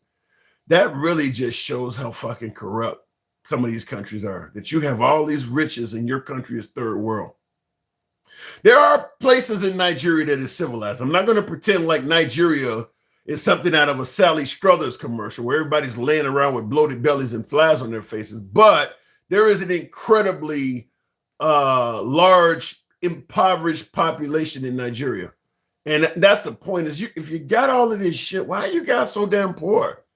And the answer is kind of to some degree what King Finn and Gangsta Grandma is talking about, though. You sell your shit out you sell yourself out to the white guy, and he has nothing good in store for you. A lot of these folks, westernized countries come over there, do whatever they got to do to get whoever's in charge to literally sell out their entire country to them, whether it's by threats of violence, whether it's by instilling a Western-friendly leader in power, whatever the case may be.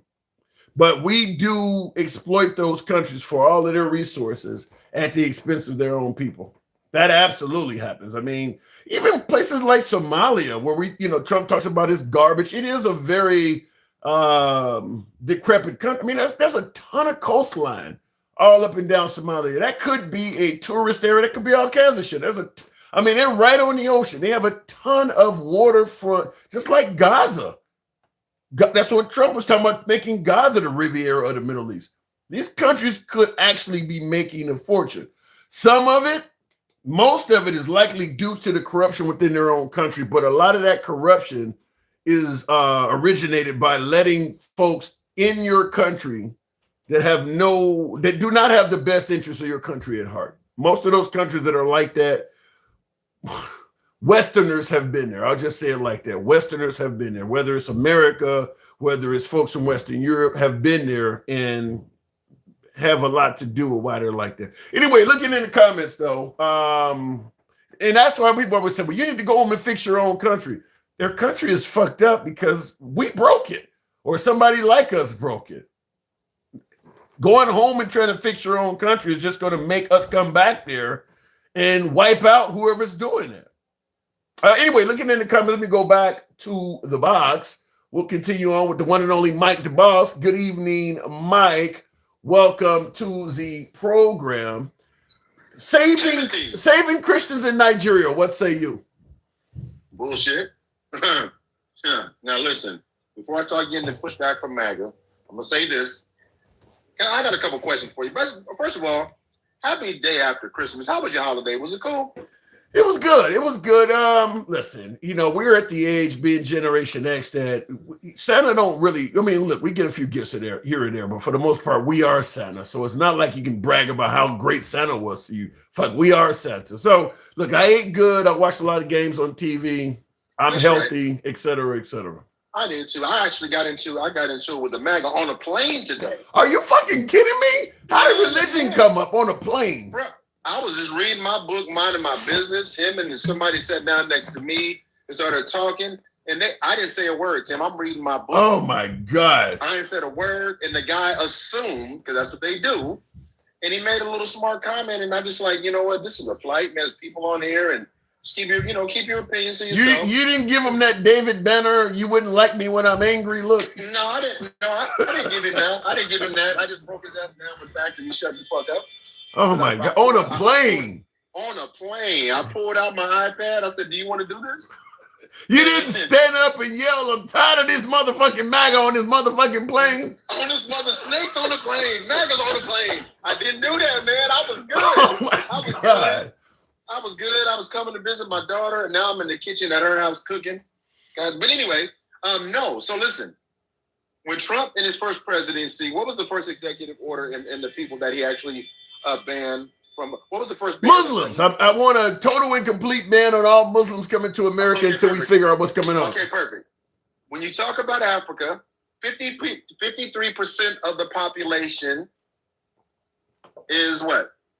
Are you saying they're Muslims? I don't know. They're Muslims. They're Muslims. This isn't about protecting Christians. This is about. Well, wait a minute. It could be. Hear me out. Not, Tim. Wait a minute, though.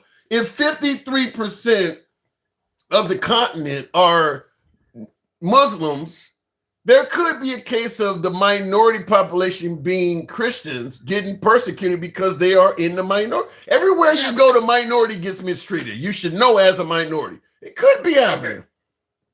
Yeah, but again, if that's the case, Tim, why would you stop aid from that continent when those took place with USA? I Why didn't would you say- restrict my?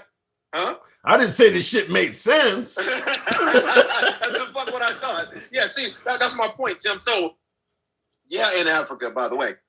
Yeah, so the first order of business when he got in office, him and Elon did what? They restricted funding to Africa. Yeah. Matter of fact, just a week ago, he stopped all visas coming from Nigeria. You don't give a fuck about them people. Well, I got one of my viewers, Keith, in the comments says the dude you're talking to might want to do some research about Nigeria. So apparently you're saying something that he disagrees with, but I'm going to disagree with it. Listen, he can disagree with me all he wants. I'm not an expert on what goes on in Nigeria, but I'll tell you this: the man and the country, the United States, and Donald Trump and his Trump administration, if they cared about people, tell me why they restricted funding for the continent and the countries in Africa. Was one of his first orders of business. Yeah, and that's what I was kind of saying in concert with you, is that I don't know much about the politics in Africa either, but I do know, similar to what you're saying, is that if your goal was to make sure Christians were doing okay, he's done a whole lot of things that are going to be hurting Christians. You mentioned USAID. I've mentioned what's going on at the southern border. If you really want to make sure Christians are safe, you're doing all kinds of things that are counterproductive to that. What happened to our U.S. embassy over there, Tim, when he first came in? When he shut the U.S. Funding down, we had some U.S. We lost, and this is what people don't. And you can Google this shit. There were some people, there were U.S. ambassadors over there that had to flee that motherfucker because when he cut do you remember that? It was like in the first 30 days. I believe I remember hearing about it, but you kind of jar my memory. And in the comments, real quick, Don says it's America first. I'm curious about. I don't see that. I mean, okay, I don't see that at all. Now you're sending money to Argentina. You're using the military to help Christians worldwide. I don't see the focus on Americans. Are you seeing that? It's not. No, it's not, Tim. Listen, and this is the problem with these Trump supporters. Like you said, they're not going to speak up and say, this is not what we voted for. Because they didn't, listen, this wasn't on their bingo card, Nigeria. So guess what? Because it wasn't on none of our bingo cards. What was on my bingo card in reference to this is I don't trust them because they're not trying to make anybody better. This isn't America first. This isn't Make America Great Again. You stop funding to the very country that now you're saying you profess to try to save Christians, but you put your own U.S. ambassadors in jeopardy when you stop the funding back in fucking January and February. Well, I disagree with you in saying that this is not what they voted for. I think fact is MAGA voted for Trump. So whatever Trump does, I voted for Trump. I believe he has the best direction for the country. And what do I always say in the program? To me, Trump is similar to the way we view the deity. You say God acts in mysterious ways, or he don't come when you want him. He just comes on time. You don't question him. No matter what, you follow God because you believe that regardless of what he's doing, regardless of how it looks, it's going to turn out for the better. And I believe that Trump is viewed the same way. I had somebody tell me when I was at a MAGA rally. They told me at a MAGA rally, always bet on Trump. 99% of the time, it'll turn out right. So are you saying the party of Christianity and the ones that are supposed to be trying to protect Christianity is treating Trump like he is God? I didn't say treating him like he's God. I'm saying, Tim. Okay. Well, wait a minute. I'm telling you this all the time. You can't straddle that line, Tim. What you said because I said. You said you believe that this is what they voted for because they voted for Trump. The point I'm making is no matter what Trump does, because they voted for Trump, they voted for that. Whatever it is, don't matter. Don't matter what it is. They voted for it. It's either so what you just said was a cult or a false prophet. Which one is it? I'll give you an example. The reason why I brought up the deity. Let's say you got a relative that is, on their deathbed from some major illness. You pray for God to help bring them back and give you a few more years with you. If that person goes into remission and comes out of the illness, you thank God. If that person does not come out and they pass away, you thank God for the time you had with them. In other words, no matter what happens, you're going to thank God. That's kind of how MAGA is with Trump. No matter what happens. I'm sorry, I didn't mean to cut you off. Go I ahead, don't go disagree with what I don't disagree with what you're saying. But if you're saying that, then they're treating Trump like he's God. Don't you find that fucking awkward? Well, Listen, okay, let me say this. Tim. they don't pray to Trump. They don't pray to him, though. Wait, well, you're not even quite sure about the shit you just said. They don't pray to him. It's a little different. I don't disagree with you. I literally think these motherfuckers do pray to Trump. Because listen, Tim, there is not a MAGA supporter that can say the thing that he's doing right now was on his bingo card. Venezuela wasn't on their bingo card. Nigeria, that's not true. That's not true. The protecting the border was on the bingo card. Getting trans people out of sports was on the bingo card. Venezuela was not on the bingo card, but protecting America first, meaning preventing harmful drugs from coming into this country, was on the bingo card. Which they have not proven. There's not one shred of evidence. I always bet on Trump, Mike. 99% of the time it'll turn out right. And again, I know, and I'm giggling as I'm cutting up this celery because I'm making gumbo as we're speaking. Oh shit! Oh yeah. I'm a bad motherfucker. Any seafood in that gumbo? Man, I got andouille sausage. I got some spicy sausage. I got shrimp scallops. I got some snow crab. Oh shit! I'm a bad motherfucker. I'm America's worst nightmare. All right, that's good shit. All right. But here's the thing, Tim. Here's what I'm saying. I don't disagree with anything that you said. What I'm saying is that they are putting instead of putting their faith as Christians into the Lord, they're putting it into Trump. That's a false prophet. They're idolizing man. Now, what about the notion that Trump was something I had somebody tell me when I was in line to go to the MAGA rally? I'm in line for 5 hours. I had a Trump supporter tell me that Trump was sent by God. So what about you praying to God? God answered your prayers by sending you Trump to make America great. Again, that's some cultist shit. They said the same thing about Jim Jones, David Koresh, and Charles Manson, Tim. That's all I'm saying. Listen, I am so over with MAGA making excuses to support this criminality that it's not even. I don't even argue it anymore. When I see people, they try to support it and they can't support it.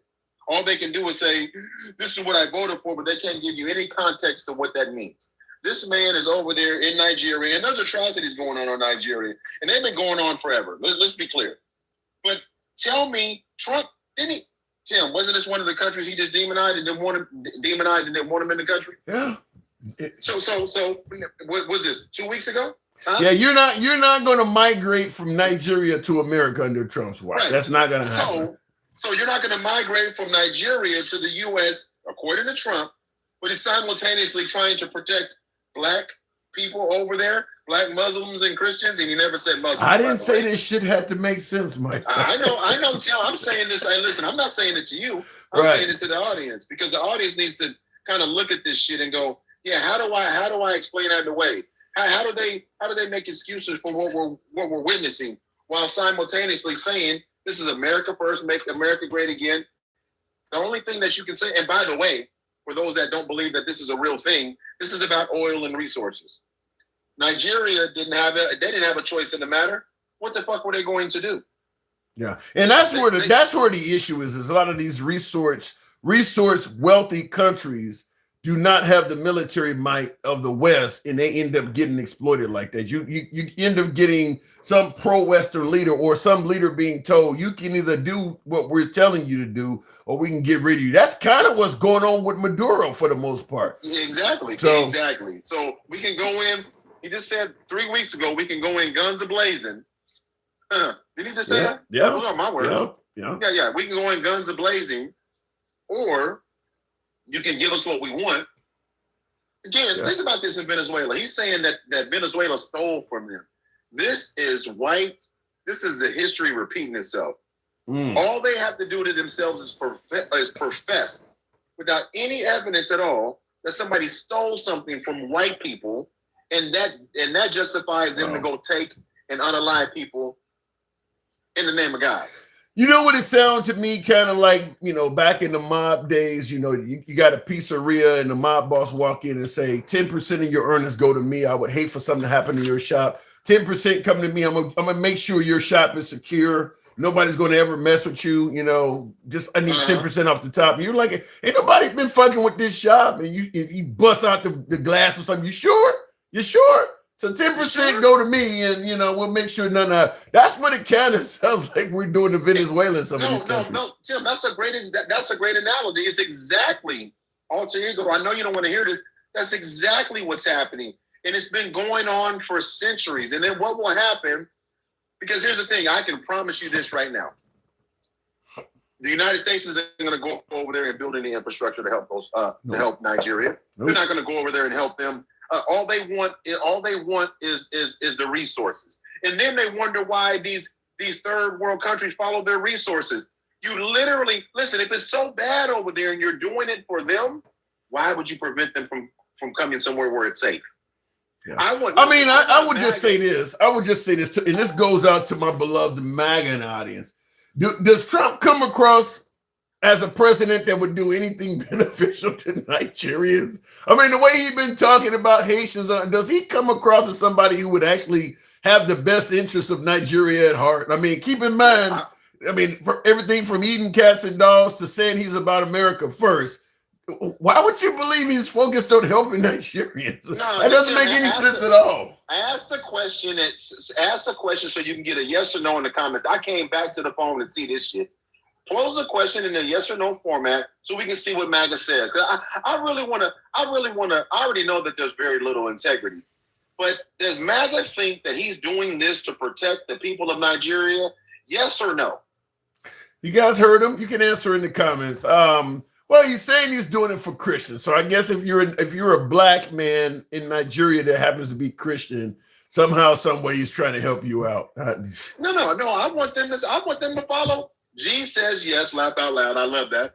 Right? And that's my point. So if he's not doing it to protect the people as a Christian, yes, as a Christian, you're lying in the name of your God.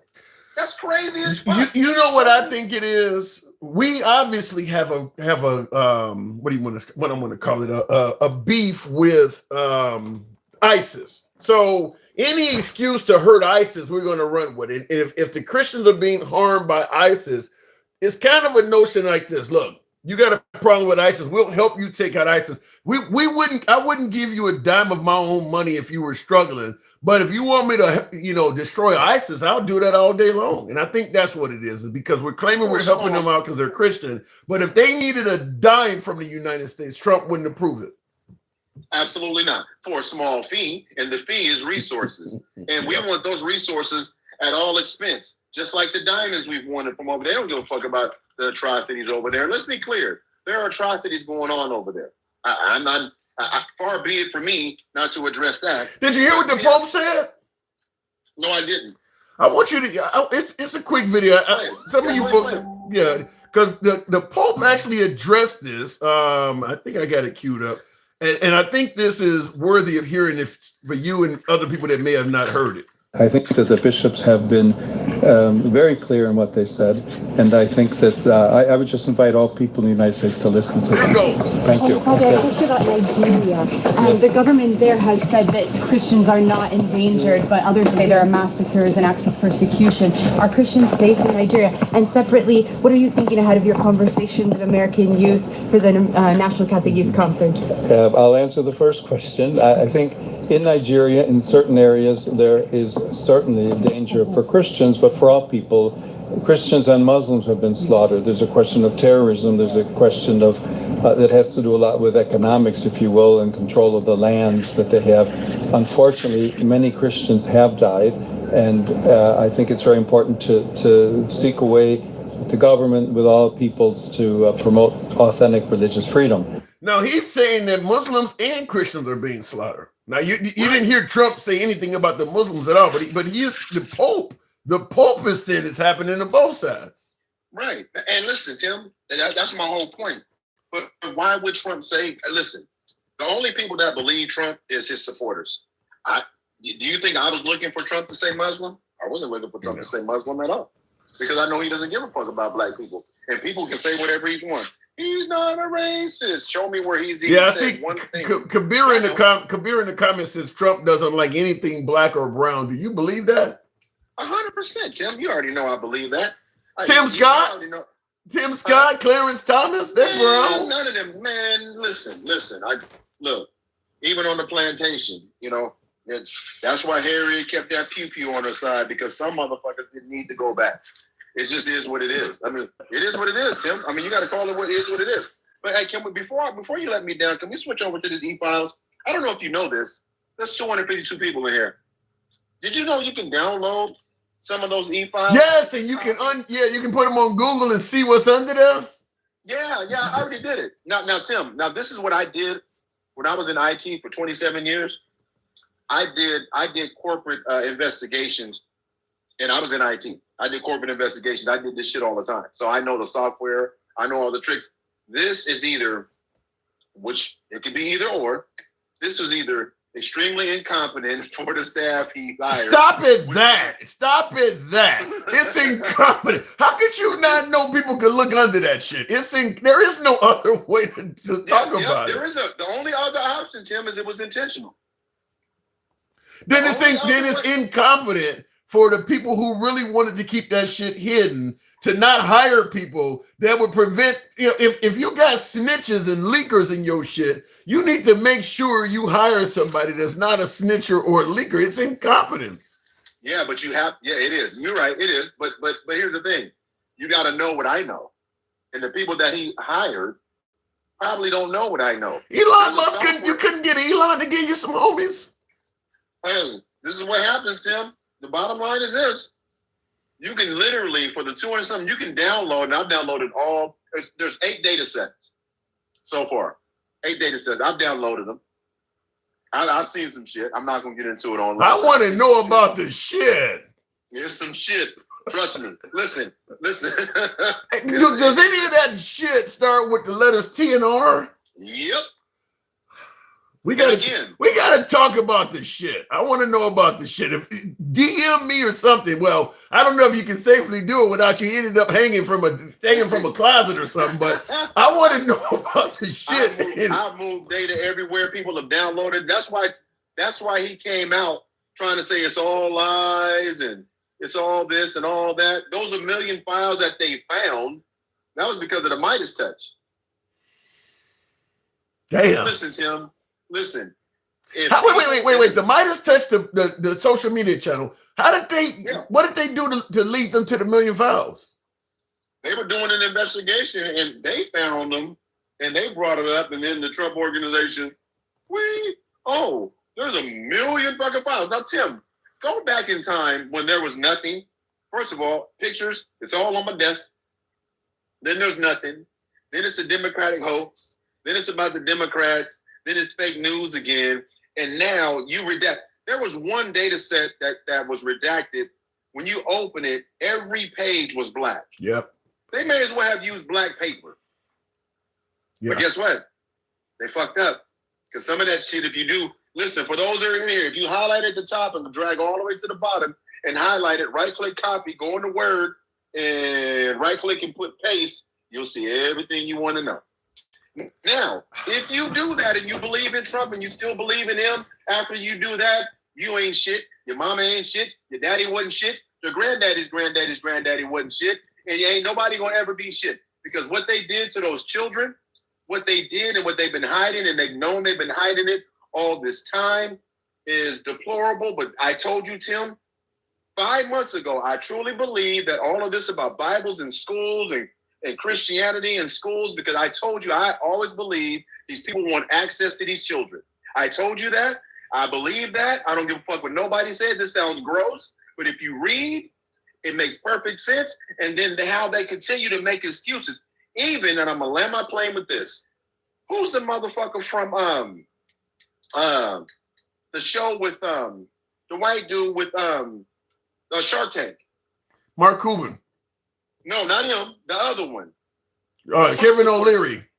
That motherfucker needs to be buried somewhere. That shit he did the other day on CNN when he was defending this shit and people don't care and blah, blah, blah, blah, blah. And Megyn Kelly tried to do something like that too, trying to say a 15-year-old wasn't a kid I mean, she did something like that too. Megyn Kelly did. People better listen. People better set set Trump and MAGA and Democrats and Republicans and all that shit aside and look in the mirror and check your moral compass, like I've been saying from the beginning, because children are getting and are continuing to be hurt by this shit, and they're dismissing it, which continues to make me feel like this has been part of the plot the whole time, and it's sad. And I pray for these kids and families. And then you don't even redact, and you do all this redaction, you do all this, and you leave a victim's name out there 8 times.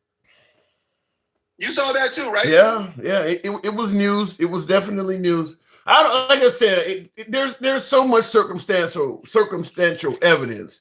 There's no way I could look at this in good faith and say, yeah, Trump is not involved. I can't prove that he is involved, but there's way too much circumstantial evidence to jump up and down and say, see, he's innocent. He's innocent. No, there's just way too much. I got to move it on. Go ahead. I'll give you the last word. I'm going to let you move it on. I'm going to let you land my plane here. And not only there's too much circumstantial evidence, the same people that were demonizing Biden and Hunter Biden and Obama and all these with no evidence now are the very same people that are trying to defend Trump with all this circumstantial evidence. Make that shit make sense. It doesn't. Mike, thank you. Merry I Christmas. appreciate you, bro. Anytime.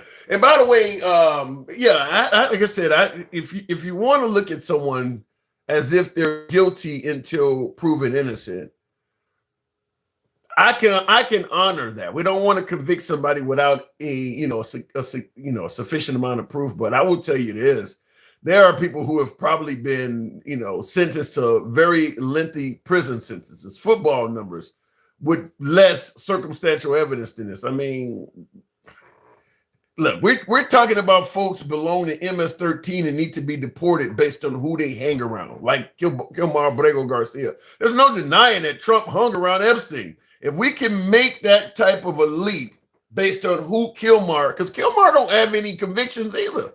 Kilmar Abrego Garcia does not have any convictions either. And we're convicting him based on who he hung around. If we can do that with him and you're not doing it with Trump, then I don't know. You seem to be biased or something like that. I'm trying not to just convict Trump, but I am saying that there's a lot of circumstantial. In fact, is there anybody else out there that has more pictures and shit with that guy than even Bill Clinton? Thank you, Alien 9700. God bless you as well. Thank you very much for the support. Tap the screen, by the way. Get the likes on up to 80,000. We own the Western Hemisphere. Monroe Doctrine says, yeah, but we don't want to do shit for the Western Hemisphere. We want to own it, but we want to utilize it for our own benefit. And by the way, you don't own the Western Hemisphere, but we want to own it. And not, we kind of want to, kind of like a slave owner. I hate to use that term. I'm kind of thinking of something else to use it, but slave owner would be perfect, where I want to own you, but I don't want to do anything that's in your best interest. That's kind of what we want to do. You said we want to own the Western Hemisphere. Yeah, but we don't want to make sure the people are being treated well. We want to own it and use it all for our own personal benefit. That's that kind of ownership. Bunch of Christians. Looking in the comments here, appreciate that. James Harper. By the way, folks, tap the screen and get me on up to 80,000. We'll go to the box real quick in the comments here. Yeah, Bill should be investigated. They all should be investigated. But if you're yelling out Bill Clinton should be investigated and at the same time saying Trump is innocent, that's just being biased. That is just being biased. Because when Bill Clinton was in his prime, young enough to be doing stuff like that with these young girls, him and Trump were really good friends. Even now, despite all of the years of crooked Hillary and lock her up, he's still speaking favorably of Bill. He just was on TV the other day saying Bill Clinton is a big man and he can handle himself, but I hate seeing him in pictures. He's still defending Bill Clinton. When Bill Clinton would have been at the age where he would have been involved in all of this stuff, him and Trump were really good friends. They were hanging around each other. They were, as people say, thick as thieves. So all of these men were hanging around. Bill Clinton, Trump, and Epstein were all hanging around each other. And we're to believe that Epstein was doing this shit, but the other two men didn't know nothing about it, and they were totally innocent. But MAGA will certainly believe that Bill Clinton was guilty as hell. They don't have any proof on Bill Clinton either, but they have no problem suggesting that Bill Clinton was knee-deep in this shit. But for somehow Trump is getting a pass and somehow some kind of exoneration, which makes no sense at all. You don't have any proof that Trump done anything wrong. You don't have any proof that Bill Clinton did either. But you're okay saying Bill Clinton did it, but you don't want Trump to be accused of it. That makes zero sense altogether. Looking in the comments, birds of a feather flock together. That's how we normally view it. That's how Trump normally views it. If you were hanging around felons and suggesting that you're not a felon, Trump would be the first person to bring up that you probably are because of who you're hanging around. MAGA would likely agree with that. But for some reason, when it comes to President Trump, they're creating this avenue for him to escape through that doesn't make sense logically, because that same avenue they're not creating for Bill Clinton. They even see somebody like Joe Biden as an abuser of children with no proof. But for some reason, despite all the circumstantial shit on Trump, there's this escape hatch that is there. I don't get it. You either want to see proof before you convict somebody or you don't. Not, well, when it's our guy, we'll give him a little bit extra special treatment. That's what I'm hearing. Biden smelled them. Ha ha. Trump said if his daughter was not his kid, he would be having sex with her.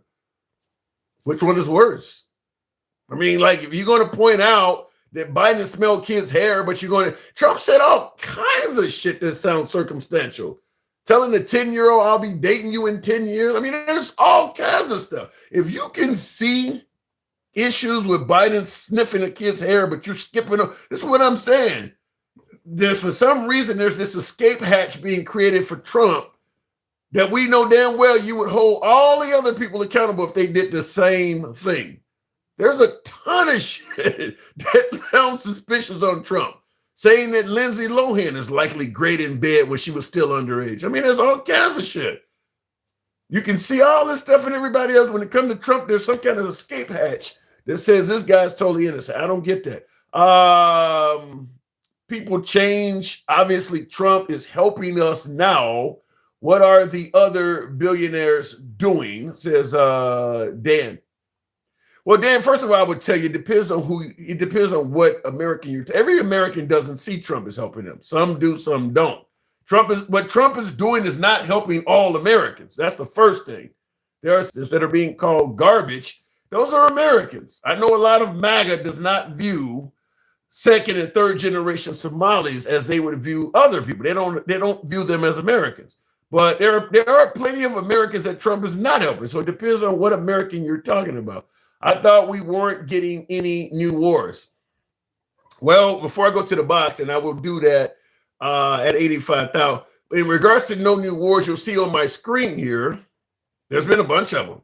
These are all the airstrikes we've been involved in just this year alone. Syria, Iraq, Iran, Yemen, Somalia, Nigeria yesterday. And then, of course, we're blowing up boats off the coast of Venezuela. The only reason we're not in a new war under President Trump is because we are striking countries that are just letting us get away with it.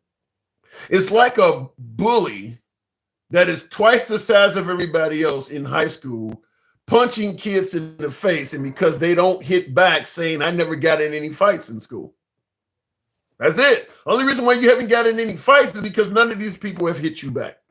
But you're absolutely doing what we would refer to as all of these cases we're talking about here. All of this stuff will be an act of war if you did it to America. What we did to Nigeria, what we did to Somalia, what we did to Iran, what we did to Syria, what we did to Iraq, what we're doing to Venezuela. If you did any of that stuff to America, we would consider it as an act of war. So the only reason Trump has not gotten us into war is just like the bully example I use. He's hitting people that are not, not in position to hit back. He is starting fights. They're just not hitting back. They're not taking the bait. Anyway, looking in the comments, and Jay Will says, you sad. No, turn that frown upside down, Jay. Appreciate you being here. Ask Ashley Biden about daddy's showers. But that's the point we're saying, Robert Kennedy. Somebody says something negative about Biden, you take it at face value. Somebody says something negative about Trump, you say it's garbage. There are folks that have accused Trump of sexual assault. You're going with what they said about Biden. You would go with what they said about Bill Clinton, but you would dismiss what's being said about Trump. That's the point I'm making. You're giving Trump some kind of escape hatch for some reason. You're judging him to you're lowering the bar for Trump so it's easier to go over. You don't take accusations against Trump the way you take them seriously against Biden, Clinton, or somebody else. You're giving Trump a pass. In Trump's case, it's got to be proven beyond a reasonable doubt. In the other people's case, an accusation is good enough to run with. That's the difference. Anyway, let me go on back to the box. We'll go to James Harper. Good evening, James. Welcome to the program. Saving Christians worldwide. What say you, James? No, isn't that the same issue that they were complaining about before when you were talking about they're tired of America being the world's police? They said that when he was campaigning, but once he got in there, they believed that him being the world's police is done to make America great. So they're judging him differently, just like I'm talking about with Epstein. Yeah, they, like I said, MAGA will find any excuse to go against all the values that they swear that they hold when it comes to Trump. Give me some examples.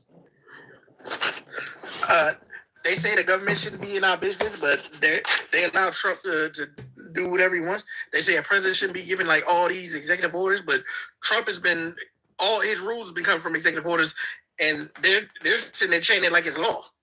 Yeah.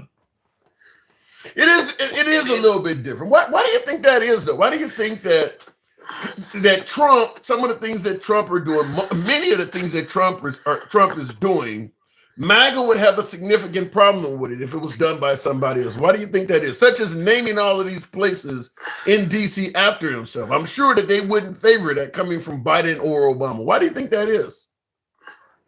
Because it's their guy. Like, for some reason, they believe that Trump can do no wrong. When we say they're in a cult, that's literally what a cult does. Like, whatever the leader does, they excuse it or they cherish it. Can't do anything. Well, Marjorie Taylor Greene stepped aside. I mean, Marjorie Taylor Greene is not viewing Trump as. And what happens in a cult when people start to go against the leader? What happens to those people? They immediately become the enemy of the cult. Well, she is a rhino now. I mean, I think Trump called her a traitor. Exactly. And what did the rest of MAGA do? They turned on her. As soon as he called her a traitor, they turned on her. Yeah. I think there's the only thing she said was, I can't allow this Epstein cover up, and I can't let my constituents' insurance premiums go up.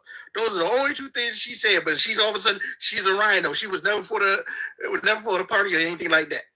Yeah, I mean, it's a powerful position to be in. I mean, shout out to Trump. He does it like nobody else can. I don't know anybody else that can get folks to turn on a dime like that. I mean, how does that happen?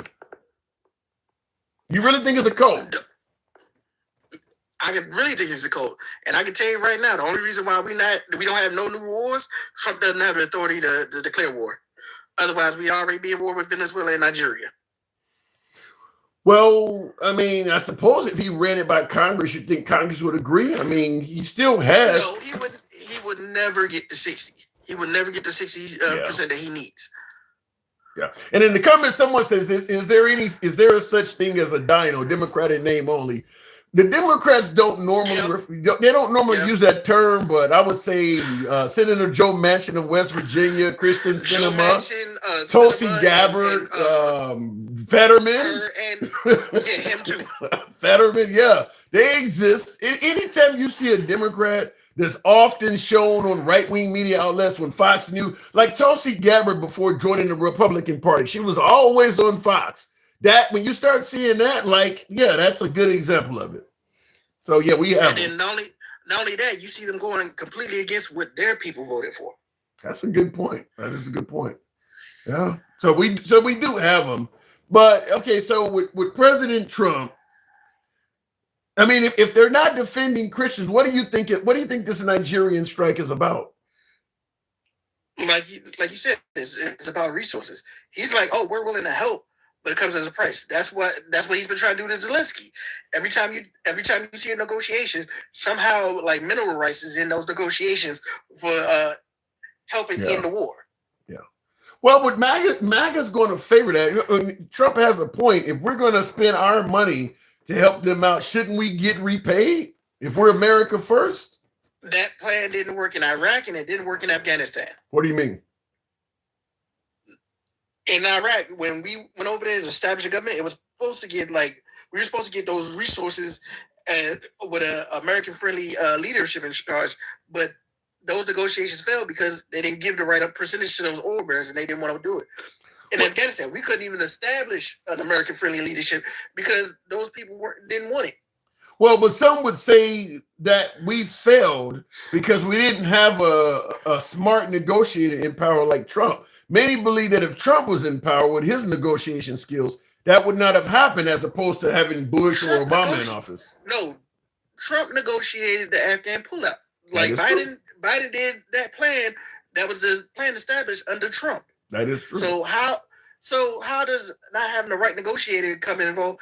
And then name one of those negotiations that Trump swear up and down that he did that was actually signed into a written negotiation and not a verbal agreement. Trump is kind of a verbal guy. He's not really a deal maker. So if we can't get a legal binding document for these deals, how are we going to say that we have all these deals? It's a good point. Trump is the king of verbal agreements. So you're not going to get a lot of paperwork out of Trump. I mean, you see what's happening with the Epstein list. He's not a big fan of paperwork. Yeah, he's not a fan of paperwork. And then when it comes to things like that, he'll talk up a good game. But if he realizes the game that he's talking goes against his own interests, all of a sudden he ain't never said that, and it never existed, and it's a hoax. Oh, I mean, look, it's hard to say with Trump because everything is a hoax. I don't know. I mean, we've heard Epstein was a hoax. We heard the election was a hoax. What else has he said? Most of the things he don't like, he will say it's a hoax. So it's kind of hard with that. He don't make anything become a hoax. No, anything negative against him is a hoax. True. Like he don't want you to believe it because he wants you to think like, oh, I'm innocent. This is not how it is. But then his action proves otherwise. Well, in the comments, looks like BJ1959 says, "How the fuck did you guys actually survive, or how the fuck did you clowns survive Trump's first term?" How do you respond to something like that? How did we survive Trump's first term if you're being critical of him? Okay. Trump's first term, he had people that actually told his ass no when he tried to do things. Said, "Sir, you don't have the authorization to do this. This is against law. We can't do that." Notice how, like, all those people that told him no, they are nowhere to be found in this administration. That's a good point. And I was going to say this. I was going to say the same thing, is that not only has Trump gotten a far more loyal administration, because Mike Pence did not take Trump's request to not certify the election. J.D. Vance would have done that. J.D. Vance would have definitely done it. But not only that, but the second administration is much further to the right than the first administration, because Trump did brag that he got us in no new wars and stuff like that during the first administration. Second administration, changed the whole department to the Department of War. It's clear that he's not that dude anymore. Not to mention, like, all the people that was in the first administration that decided not to come back, all of them spoke out against Trump.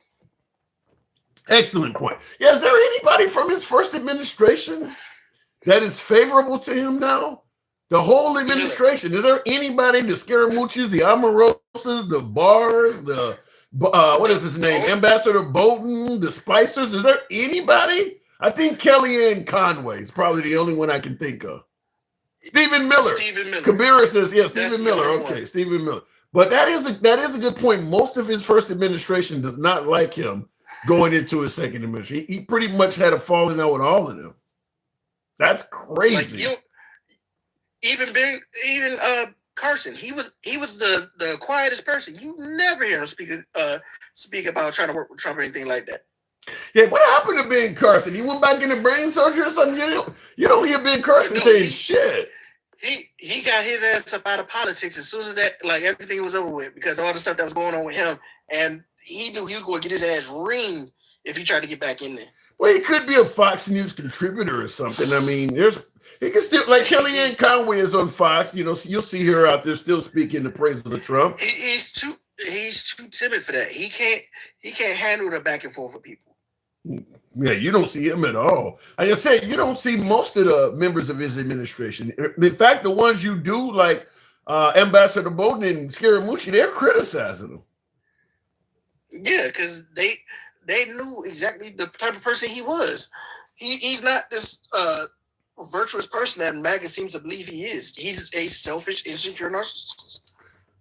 Here's John Boy in the comments asked an interesting question. He said, got a legitimate question. Who's keeping all those illegals' properties? He's saying that, when they deport people, I was watching the video today of some guy who was talking about he had snuck across the border and he was working at a car wash and he was renting an apartment and was putting the money he was saving in his mattress. And he said when ICE came to the car wash and grabbed them all up, he asked, could he go home and get his money? And they told him no, and he claims his landlord stole it. But that's a good point, is that what is happening to all of this shit? They got cars and everything. But I guess in reality, if you commit a crime, you lose all your shit.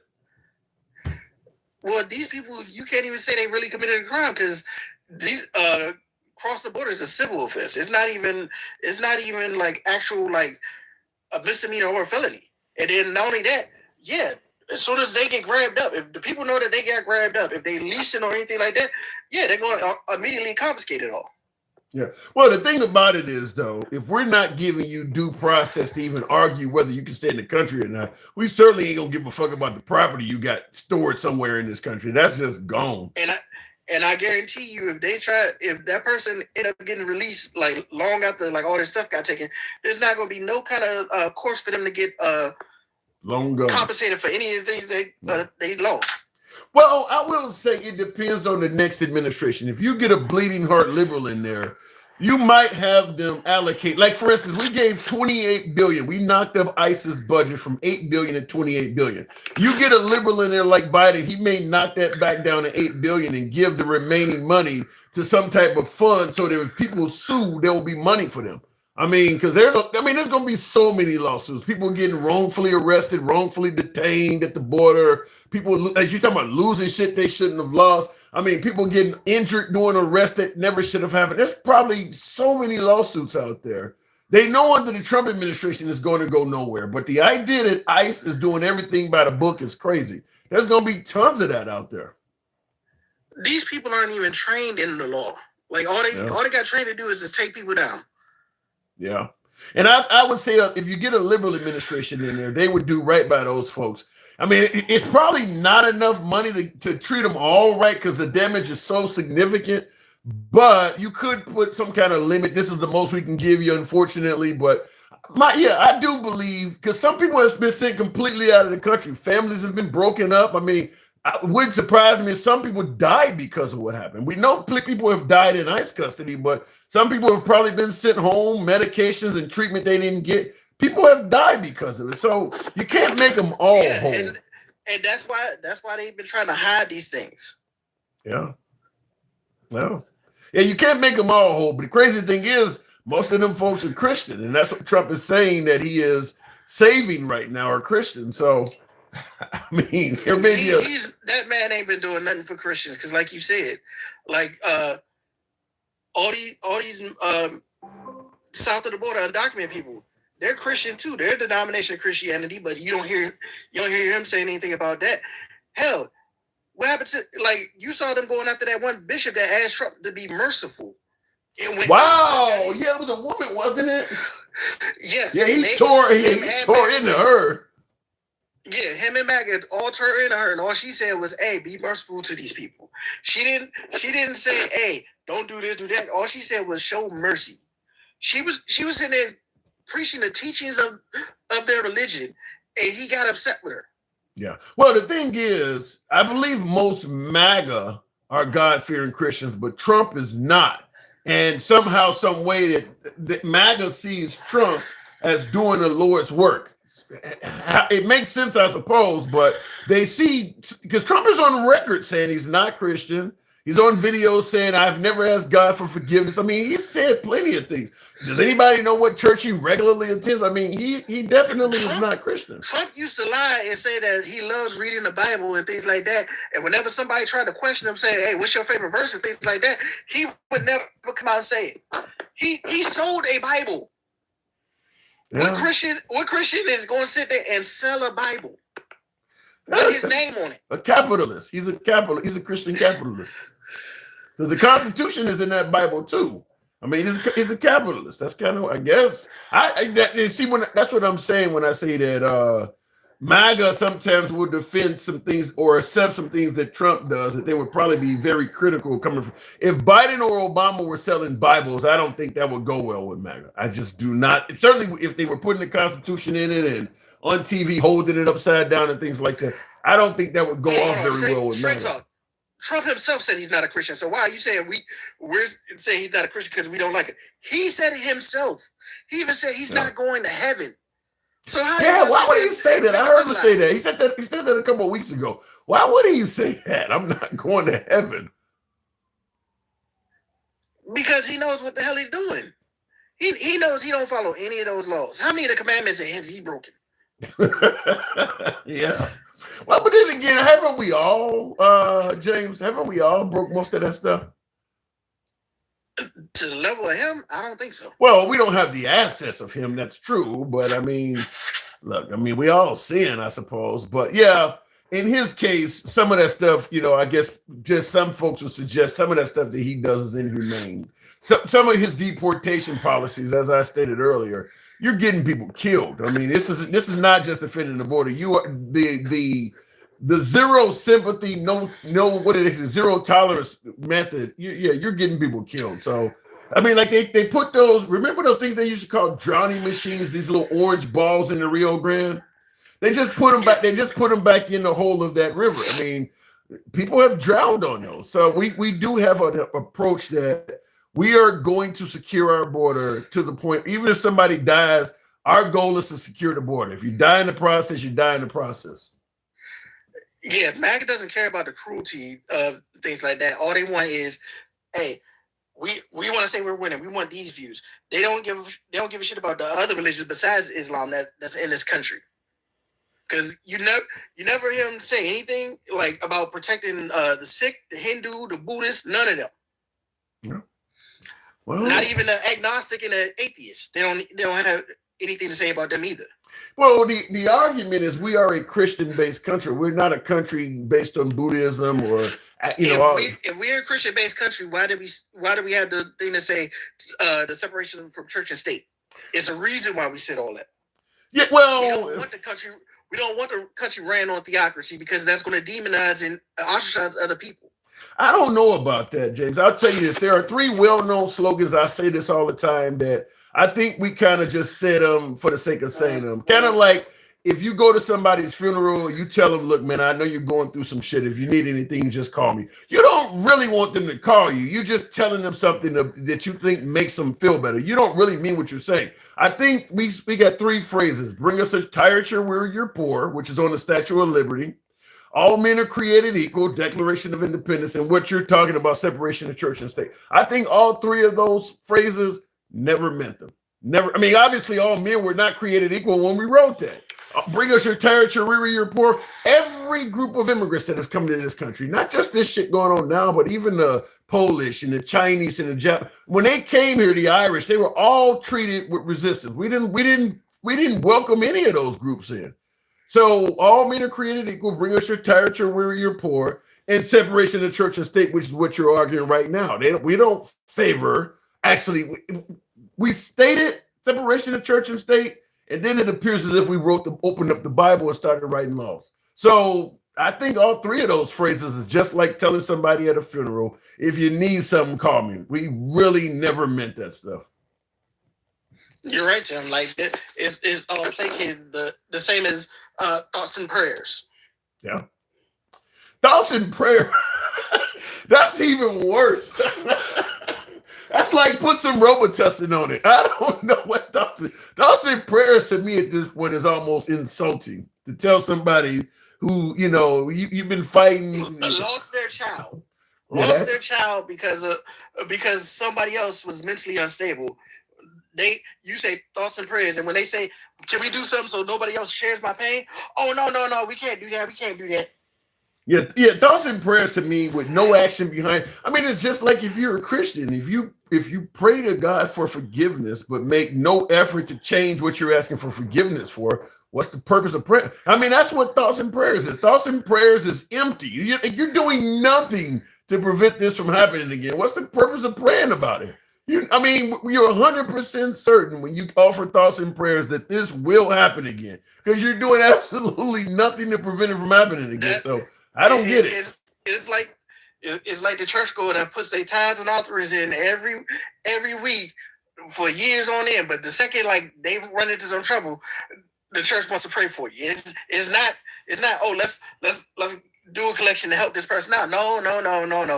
We'll pray to God that you find a solution. Yeah, it makes no sense to me. But for now, that's all we got. I got to move it on, James and Rick. Appreciate that on YouTube. Thank you for that 100. I don't get it. I don't get the thoughts and prayers thing. Like I said, if it came with some kind of action behind it, we could have a conversation. But just repeating that over and over again after every shooting, it makes no sense to me. Appreciate you coming through, James. No problem, Tim. Anytime. All right, moving on with the program. And by the way, tap the screen, get the likes on up to 110. 110. Thank you guys that got me over the 6 digits. We have agency to do something. What do you mean by that? EJ Loomis. This room gives me I'm not allowed to see my kids' vibes. Huh? Explain that. How do you get that vibe out of this room? What rooms are you hanging in? Let me know where you get that from. Constitutional, statutory law, administrative law, common law. What do you? What are your thoughts on Charlie Kirk? Controversial guy, went out in the controversial way. You know, live by the sword, die by the sword, so to speak. I don't believe he should have lost his life in such a horrible manner. But look, if you go around talking shit, you're going to have some folks that are going to take it to heart. I mean, he made a living off of. I mean, look at what Erica is saying right now about how she went into Candace Owens and how she's tearing into the conspiracy theories because they're saying awful things about her husband. She don't like it, and I'm looking at her thinking, you were okay when he was bringing home the bacon, doing the same shit to other people. I mean, that's how he was making his money, was saying awful shit about people, and now all of a sudden you are dealing with it yourself, and you suddenly don't like it. What do you think your husband was doing? How do you think he was making all that money? All of those quotes that people claim that were taken out of context. Ain't none of that stuff positive.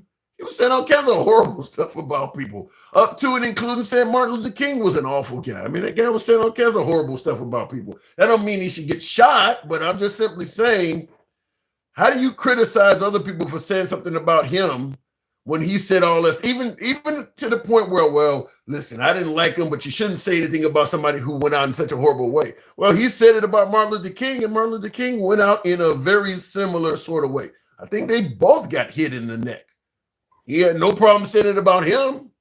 So I'm looking at her and like, man, you're very hypocritical with that. You should have been telling your husband what you're telling the public. Let me go back to the box. He said the civil rights movement was hijacked. Yeah, he said a lot of stuff.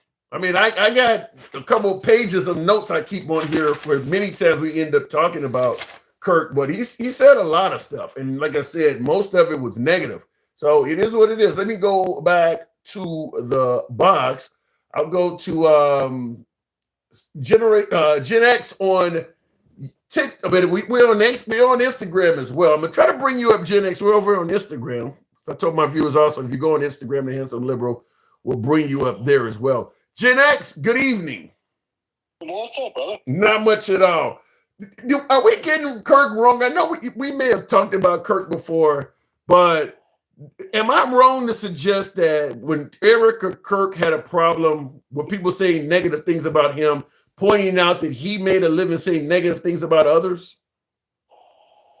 Yeah, I think talking about Erica Kirk is completely scumbaggish. Talking about her or talking about Charlie?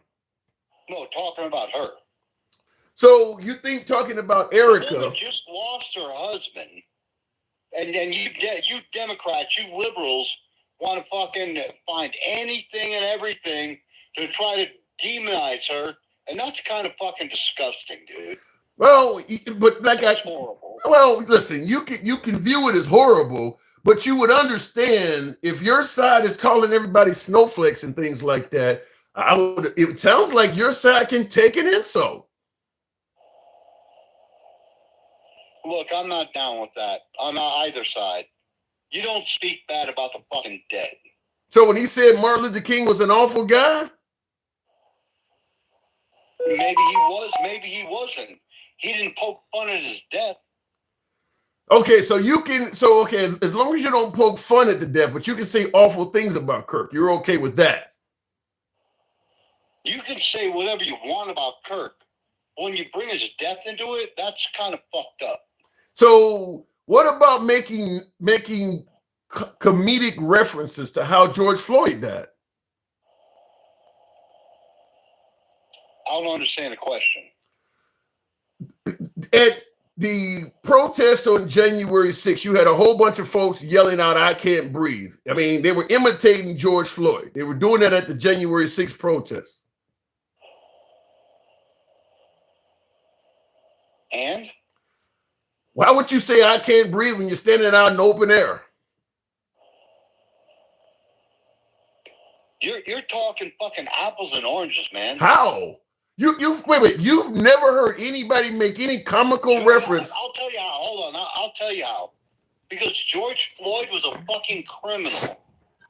He was a fucking criminal that fucking victimized people. Charlie Kirk wasn't that. So Charlie Kirk was a person that fucking tried to get legitimate debate between two opposing people, and they fucking killed him for it. So there is some circumstances where you're okay making fun of somebody's death. Then George Floyd being a criminal, and you're talking about his past history. I'm assuming you don't think it's cool to make fun of somebody dying over passing a $20 bill. I'm assuming you're talking about his past criminal history, right? Yeah. Okay. The criminal history that he already paid his debt to society. You can still make fun of him dying, even though he paid that debt. When did we ever make fun of him? You've never heard anybody make joking references to the loss of George Floyd. Nobody ever made it. I've heard a lot of it. That doesn't make it right. Okay. That doesn't make it right. What I'm saying is you started out by saying people on my side are sick. That ain't coming from my side. Dude, your side is sick. They are sick, legitimate fucking nut jobs. And I'll talk to everybody in your chat on TikTok because you motherfucking What were you about to say, sir? What were you about to say? Not fucking sit here and say that I'm fucking beyond my fucking realm. What were you about to say, sir? Shit about a person because they're fucking white. Okay. How dare you? Repeat that. Repeat that. I was still lost in that other. What did you just say, though? I said it's fucked up on either side to make fun of the dead. Okay. And I'll stand by that. Okay, and listen, you don't hear me doing it. I don't disagree with you, but the problem is, I think considering because you are on a side, you're not neutral because you are on a side. If you're saying it's wrong to make fun of the dead while identifying as MAGA, it's going to leave your credibility up to be questioned because there's so many people being made fun of on the right by the right that is very similar. I mean, even the people that's being blown up at sea, people making jokes about them. I mean, you're making fun of people getting killed. Tim, can I say one more thing? Sure. Merry Christmas, my friend. I hope you and your family had a blessed Christmas and a wonderful Christmas. I would never wish anything bad on you. I don't agree with shit that you say.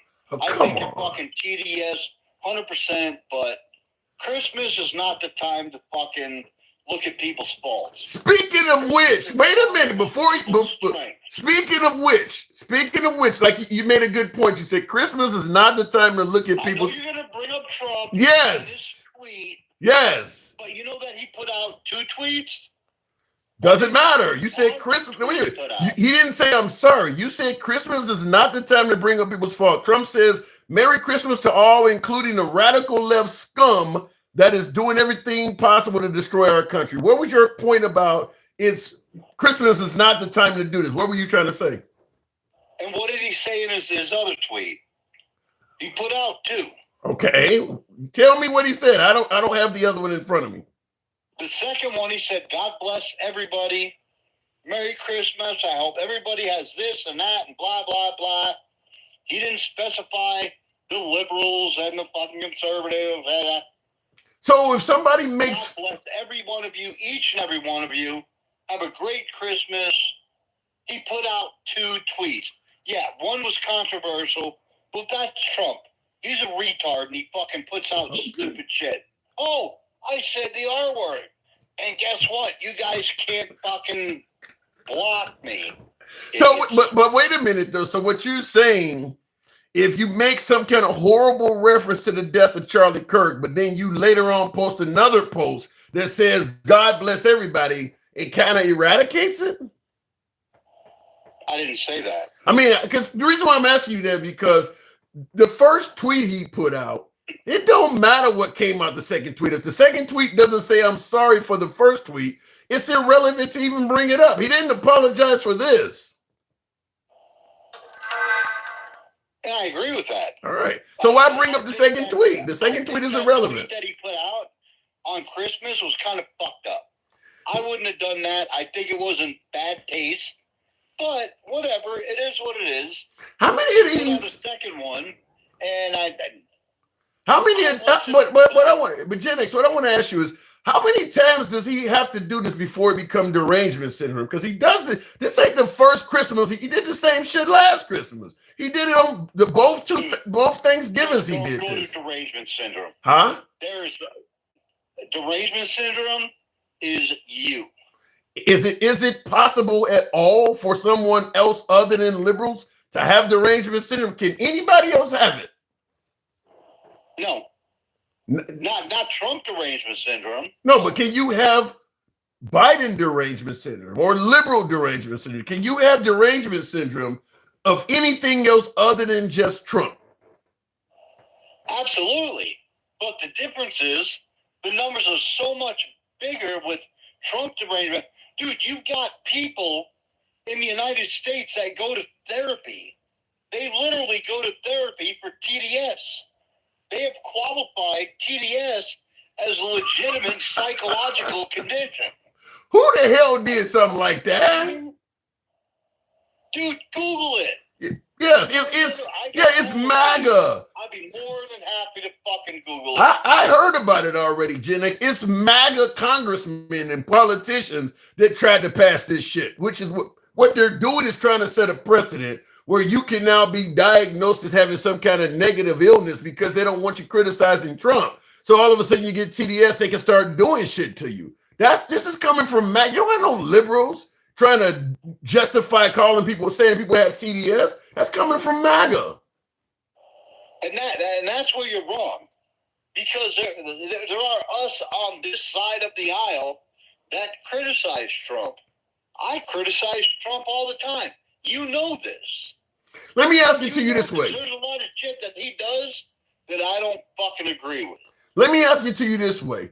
What if you got a picture of Trump's face tattooed on your back? You got his face on the front of your pickup truck. Is that TDS? You wearing his clothes all around. Is that TDS where everything you're doing is all Trump oriented? No, that's not TDS. It's retarded, but it's not TDS. What is your definition of TDS? TDS is fucking people that they hate Trump. They live. Every time they hear Trump, they break down. They're triggered. Everything about Trump, they hate. It doesn't matter if Trump walked on water and fed fucking 10,000 people with 3 fish, they would fucking call him a fucking loser.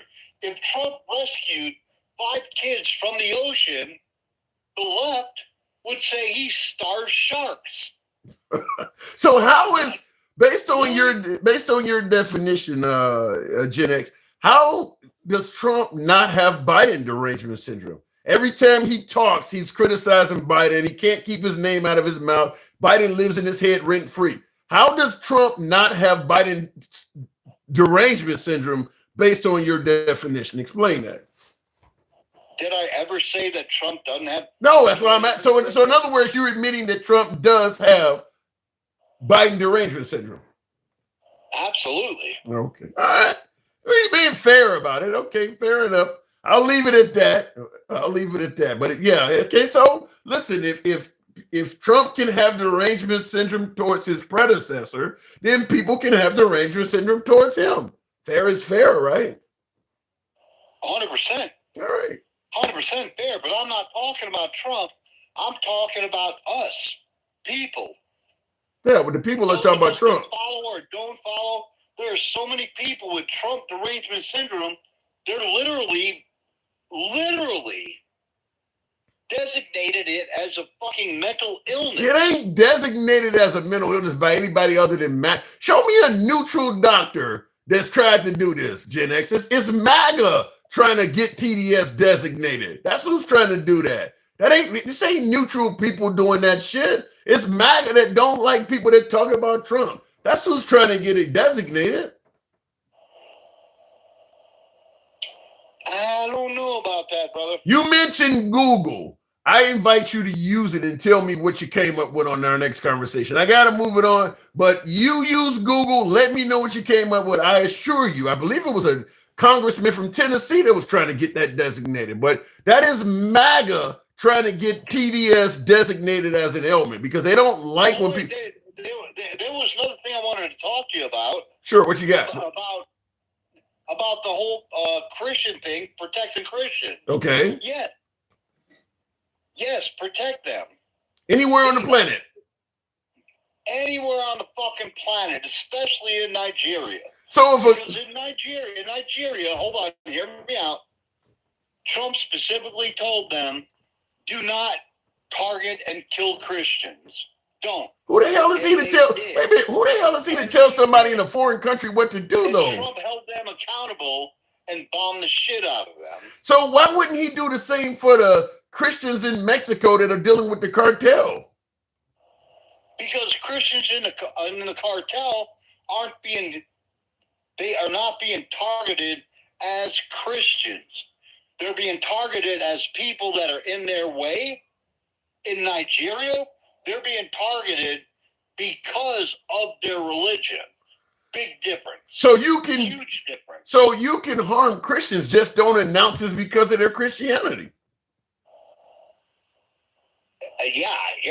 Basically, yeah. All right. Well, I think we came to an agreement there. All right, fair enough. I don't listen.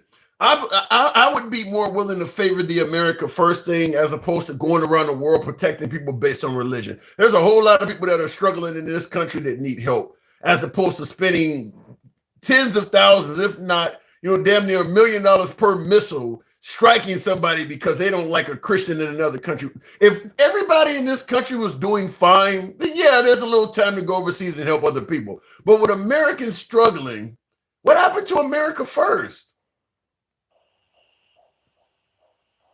It is America First. Nigeria is America First? 100%. Explain. Because what happens if the Muslims take over Nigeria 100%?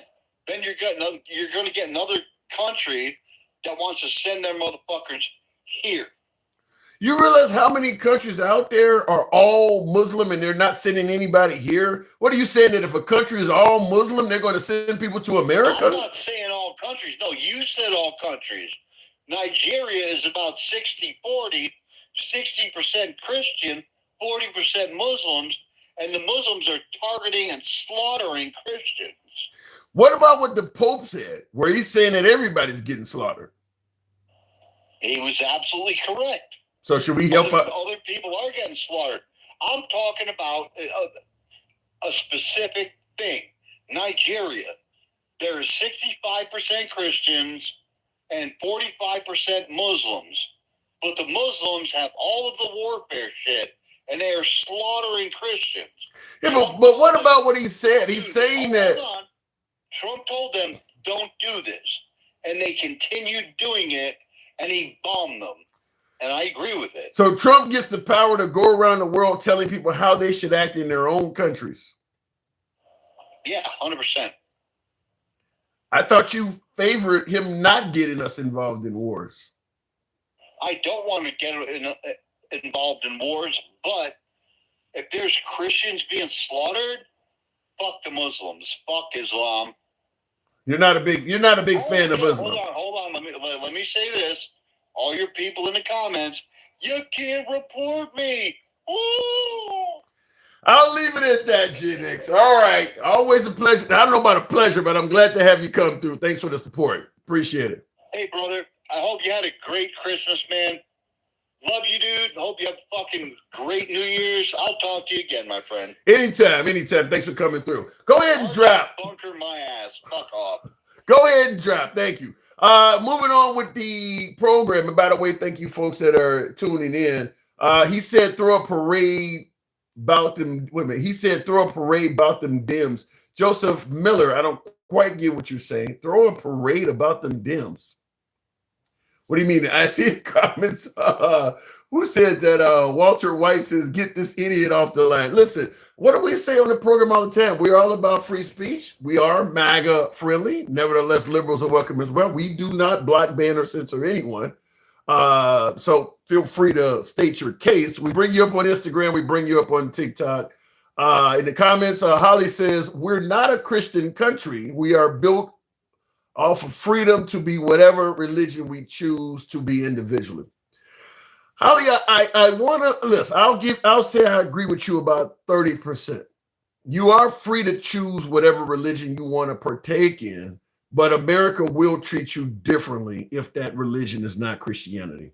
I think you'll find the government far more favorable if you want to start a church as opposed to a mosque. I mean, whether you want to start a Christian school, whether as opposed to a school that specializes in Islam or Arabic. So we favor, or I won't say we favor, but we say we're about freedom of religion. But if you start openly talking about other religions, it's different. It is. We won't treat you the same as opposed to if you're preaching Christianity. Gen X literally said that. Yes, he did, Joseph Miller. He said something and it was about to start with the letter N. But he stopped himself. So he stopped himself. By the way, all my lives are saved on YouTube under the Handsome Liberal. So you can go back and listen to it 100 times. It will now be part of internet history. Trump gets a hall pass for everything, says DJ Diamond Eyes. I wish I could argue with you on that. Tap the screen, get the likes on up to 130. We are founded on the freedom of religion. I don't think so. You ever heard of the Salem witch trials? And we're not founded on the freedom of religion. We say it. I mean, it's in God we trust us on our money. If you want to say the pledge and you don't say one country under God, people criticize. I don't think so. If there was a school, a private school where people have to pay to go, so it's not a public school, not living off of federal dollars, and they were teaching the kids to say some kind of pledge that included under Allah, you'd have a hell of a lot of people in this country pissed off about it. And leave it up to Trump, he would be trying to find some kind of way to shut them down. So I don't buy that we're founded under religious freedom. We're founded, we favor Christianity. When you start talking that other shit, you're going to get all sorts of backlash and pushback. By the way, tap the screen. If you're watching us currently live on Instagram, TikTok, or Facebook, do your boy solid and give us a follow. If you're watching on YouTube, give us a sub. We're here most weekdays. We don't block, ban, or censor anyone. We are open to all comments, criticisms, you name it. You can be critical of anybody on this program, including yours truly. Our comments go left of Bernie Sanders to I'm having dinner with Q. Everyone gets to speak. That's what free speech is all about. You have a very low view of America, says Straight Talk Commerce. Good to see you there in the comments. If me pointing out my view of America comes across as I have a low view of the country, look, I'm a big boy. I can take the criticism, but fact is, don't we favor Trump because he shoots straight from the hip? He calls it as he sees it. I'm calling it as I see it. I mean, it's okay to call other countries shitholes. It's okay to call liberal cities shitholes, but I can't point out some of this stuff. Just look at it that way. You want people that shoot straight from the hip. You want people that speak their mind. I'm doing that right now. That's what we're doing here. Kabira, I subscribe here. Appreciate that, Kabira. Well, the YouTube is just tapping the button, but yes, certainly appreciate the support. Kabira, you are a supporter. Thank you. Ain't doing super chats. You were supposed to ask the motherfucker. What do you say? I did ask him over and over and over again. Did you not hear me saying, what were you just trying to say, sir? I asked him like 10 times. What do you mean I didn't ask him, Joseph? I did ask him.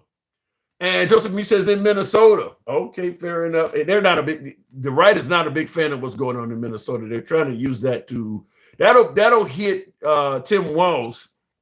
Should he try to run for the nation's highest office, that'll be elevated above the tampons. That'll be what they will use. If Tim Walz runs for president, the fraud, the perceived fraud, I don't know what's happening in Minnesota exactly, because it's only coming from the right. The left ain't complaining about it. So I don't know exactly what's happening in Minnesota, but apparently there's widespread financial fraud in Minnesota at the hands of the Somali community. If Tim Walz runs for president, that's going to be probably the biggest thorn in his side. So he needs to get ahead of that if he intends to run for president. He is running for, I believe he's running to be reelected as governor, because Mike Lindell of MyPillow fame is running against him. I think he'll beat Mike Lindell, but if he tries to run for higher office, that's going to absolutely come up. Joseph Miller says, Gen X says throw a parade about the Minnesota Democrats, then call Democrats crazy after Eric. Gen X don't agree from that standpoint. I think Gen X sees and favors insults coming from his side and is critical of them coming from the left. So you're pointing out hypocrisy. I think MAGA's kind of like that. MAGA favors any insult Trump throws at the left. And when the left throws one at him, they got an acute case of TDS. So, yeah, and you heard me dragging out of him because he was talking about how it's wrong to use Christmas as a reason to insult somebody. But then when I pointed out Trump does it every holiday, well, you know, Trump is Trump. So it is what it is. The Constitution itself does not mention God, Jesus, or Christianity, says Richard. Says reflecting the founders' desire to separate church and state. I don't even think the founders would have been okay with it.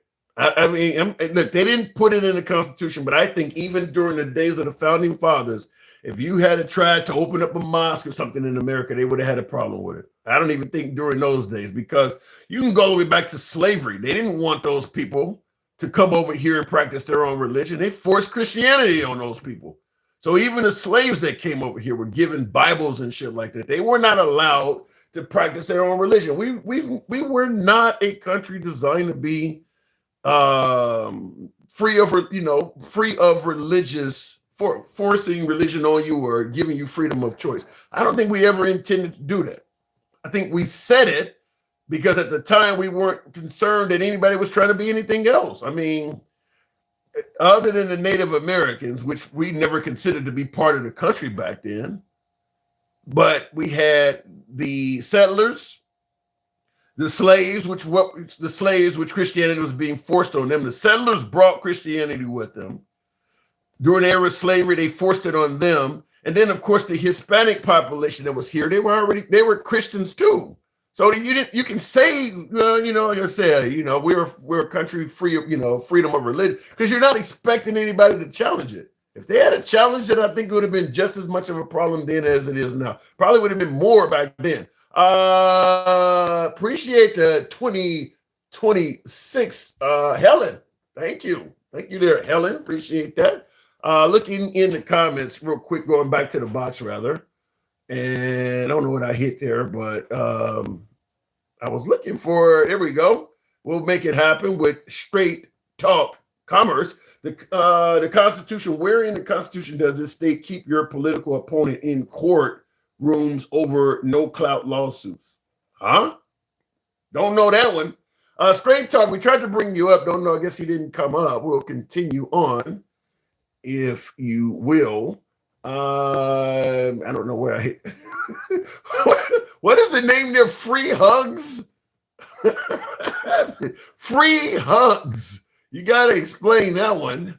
This is when Tim Gosa says alter ego. Me? I never ghost. What are you talking about? How many black ghosts do you know? Well, there was on the movie Patrick Swayze and Demi Moore. The ghosts were black, weren't they? Yeah. Okay.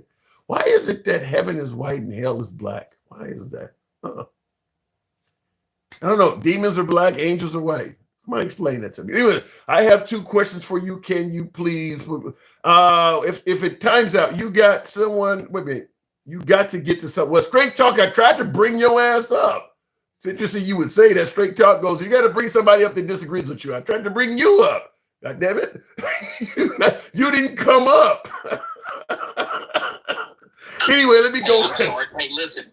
I've been listening to you for hours. My daughter was just in the car accident, and she was calling to let me know that she was okay.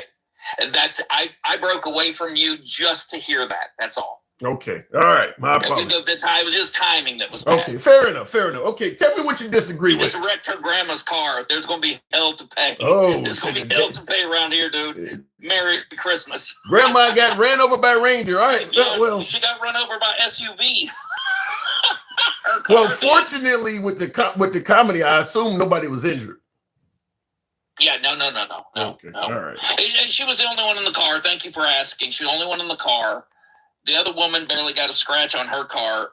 My mother-in-law's car, it don't look too good, Tim. Yeah, that's still at least $500 in a deductible, so that's still a bad day.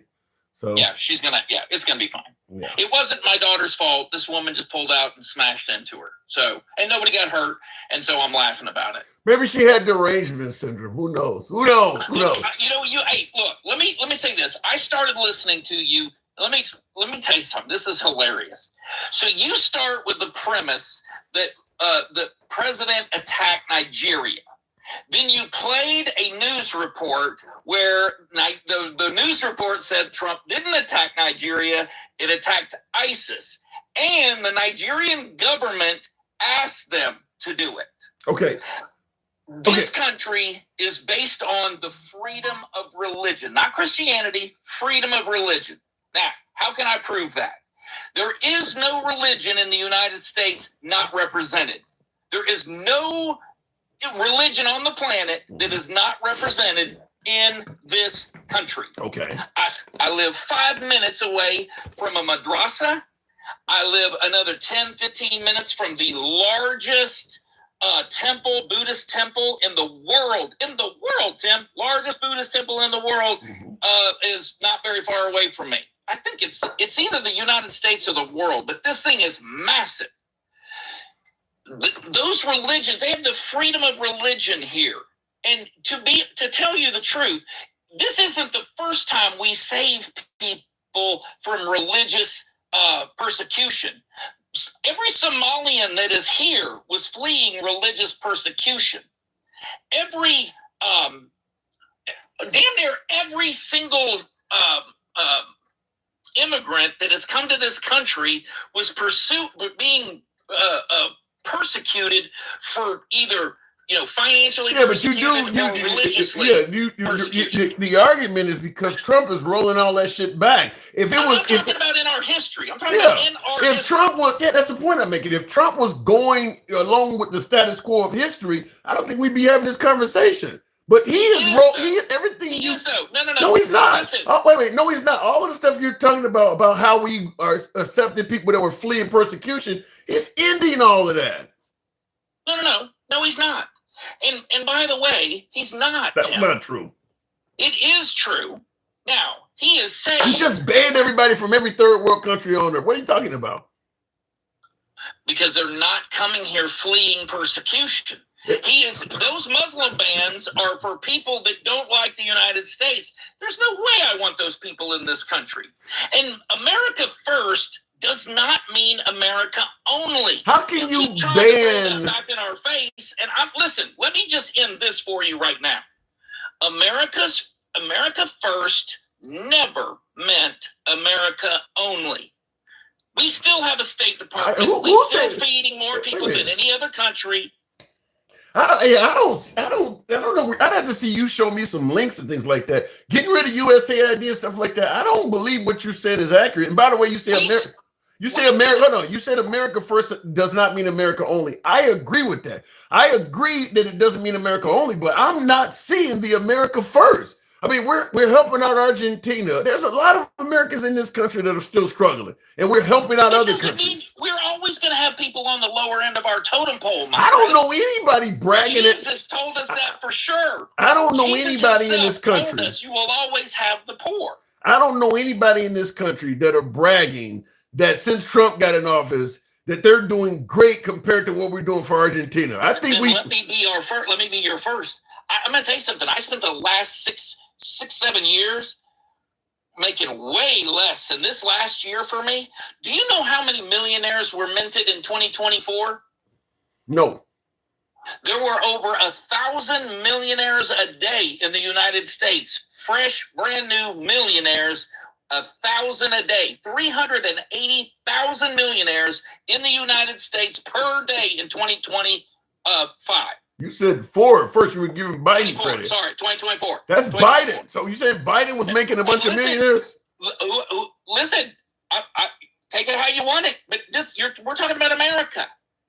We're talking about the land of opportunity. I'm talking about America what do you think it's first. going to be next? What do you think it's going to be next year?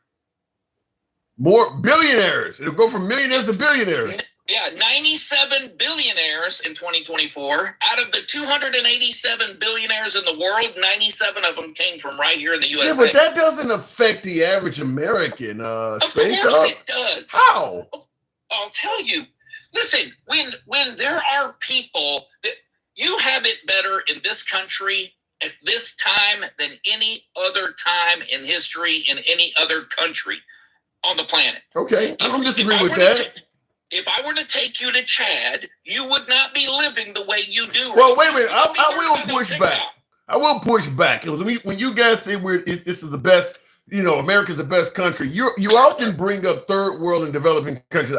As somebody who lived in Australia for several years, I was just as fine over there. It depends on, you don't bring up Sweden or Norway. You bring it up you these. then, why'd you come home? Because I got family. I lived in Europe for 10 years or 8 years. Why did I come home? I got family. Yeah. That's why I came home. Your life was better. Your life was better. But my in the family United didn't States. want to come home. Financially, health wise, what do you want to say? The happiness index. In America, when we say America's the best country on earth, best place to be in, we're generally thinking only from a standpoint of making money because Let me ask you. Brings up a good point. I don't mean to interrupt you, but I am dying to. After the last caller that I listened to, I'm dying to know the answer to this question. Sure. Because I heard what you heard. Okay. I heard. Gen X is a long-term fan of the. He's been watching for a while. But I heard it too. Look, Yeah, man, I heard what you heard. Yeah. Okay, look, man. We all make slips. You don't fucking slip like that. Listen, man. That ain't no I heard slip. what you heard. I just said I heard what you heard. Yeah, the slip was the correction. It was normal. He slipped and corrected himself. That's what That's the right. slip was. Yeah, I don't think he corrected himself before he fell. Okay. I'm just saying. All right. Okay. Yeah. I think that it didn't sound like he meant to say that's not what he intended to say. That's what I think. Look, you are welcome to. He intended to say it. He just realized the form he was in and corrected himself. Right. If me and him had been alone, he would have said that full word. I don't think someone would say that about you personally. Shit, listen. My YouTube audience, I get called. Listen, the liberals call me a sellout, an Uncle Tom and a coon every program, and the right calls me in every show. I get called the N word or a coon or a sellout. Every show. So he would say it. The only reason I come back, you are a hero to me. I'll say it. I love you. I don't care who knows it. You are a hero to me because you have this conversation with anybody that will come in front of you. I've said before, I look at you the same way I look at Charlie Kirk. I know you don't like that. I know you don't like that, but that's the way it is. But I got to ask you this question. Sure. You lived in Australia. How long did you live in Australia? 5 years. All right. Do you think in Australia it was more racist than in the United States or less racist than in the United States? That's a great question. Before I answer that, I want to say, Rick Strickland, thank you for the support, and the same with 2990. It says like itis or something. Thank you guys for supporting the program. and I used to get that from Australians that would ask me that, because they actually, we don't learn a lot about Australian history, but they knew about the slavery, they knew about the struggle of Jim Crow, they knew about Martin Luther King, they knew about all that shit. And they were talking about how racist America is. And what I used to tell them is America comes across as more racist because we're the only country that is really even trying diversity. Most of the other countries don't appear to be racist because you're keeping them out. You don't. When I went to Australia, Australia had what they call keep Australia white policy up until like 1977. So I'm like, you guys don't come across as racist as the United States because you never really even tried diversity. We tried it, and there was a hell of a lot of white people that didn't like it. So you saw the fights, you saw the struggles, but I certainly feel more presence of racism in America, a whole lot more than I did in Australia, because Australia, Australia's, I'll just say it like this: rich people don't like poor people. They think poor people are coming to take their resources and stuff like that. And the reason why I'm bringing this up is rich countries do not like poor immigrants. Australia was the same way. When people thought I was coming from Chad or Somalia or some African country, but then they heard me speak and realized I was an American, it opened up because they like, he got money, he's all right. But rich countries do not like poor immigrants. I mean, so I think that's human nature. I think that you don't want someone. Look, I was in Germany at the time the wall came down, and I was standing on the wall the night that it came down. As a matter of fact, get any pieces of it? That's a good. That would be a good artifact. Wow. Real quick, I'll tell you a funny story. So I sent my parents home a large chunk.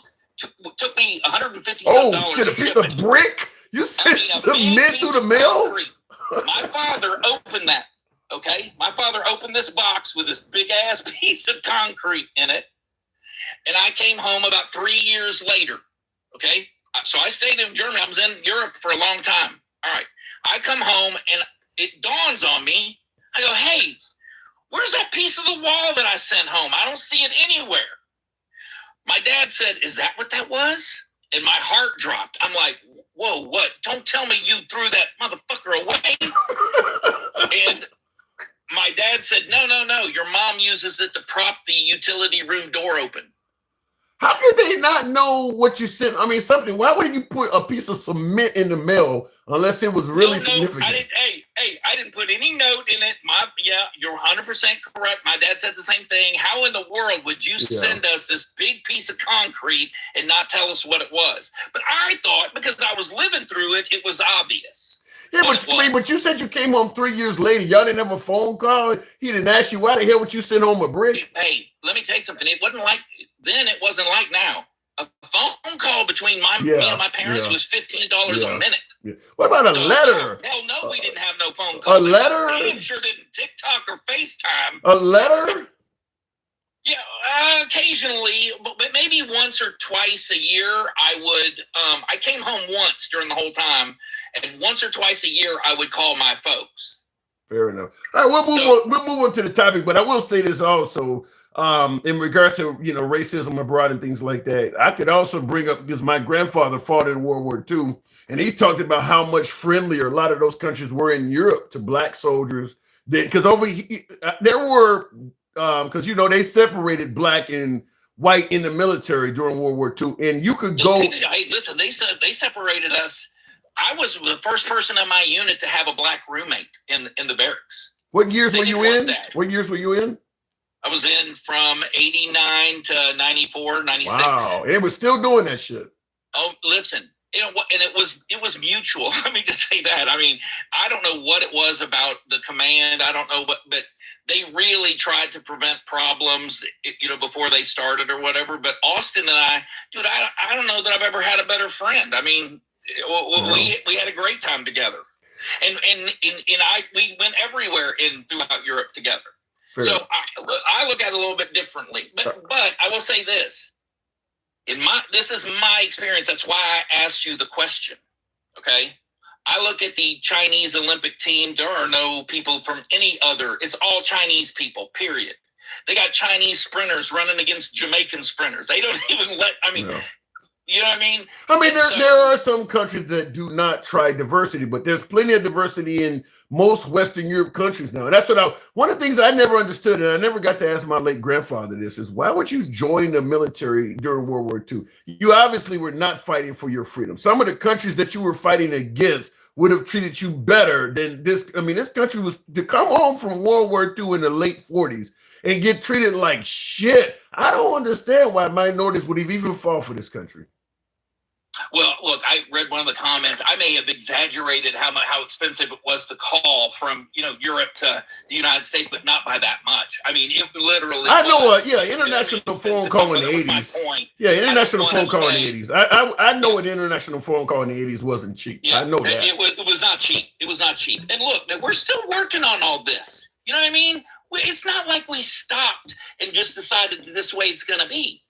We are still working on, dude, I got problems with my own damn family. Yeah, but how about this, though? If we're still working on this, then goddamn it, when you hear a minority complain about something that you know we're working on, I'm not just talking about you specifically, but I'm talking about America in general. If we're still working on this, when you hear a minority complain about something like systemic racism or the police, why the hell do they get dismissed when even you're admitting this shit does exist and it's still being worked on? Why do they constantly get dismissed? It's systemic.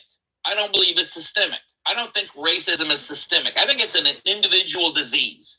You are either racist or you're not. If you're basing your interpersonal relationships on the color of the other person's skin, you're a moron.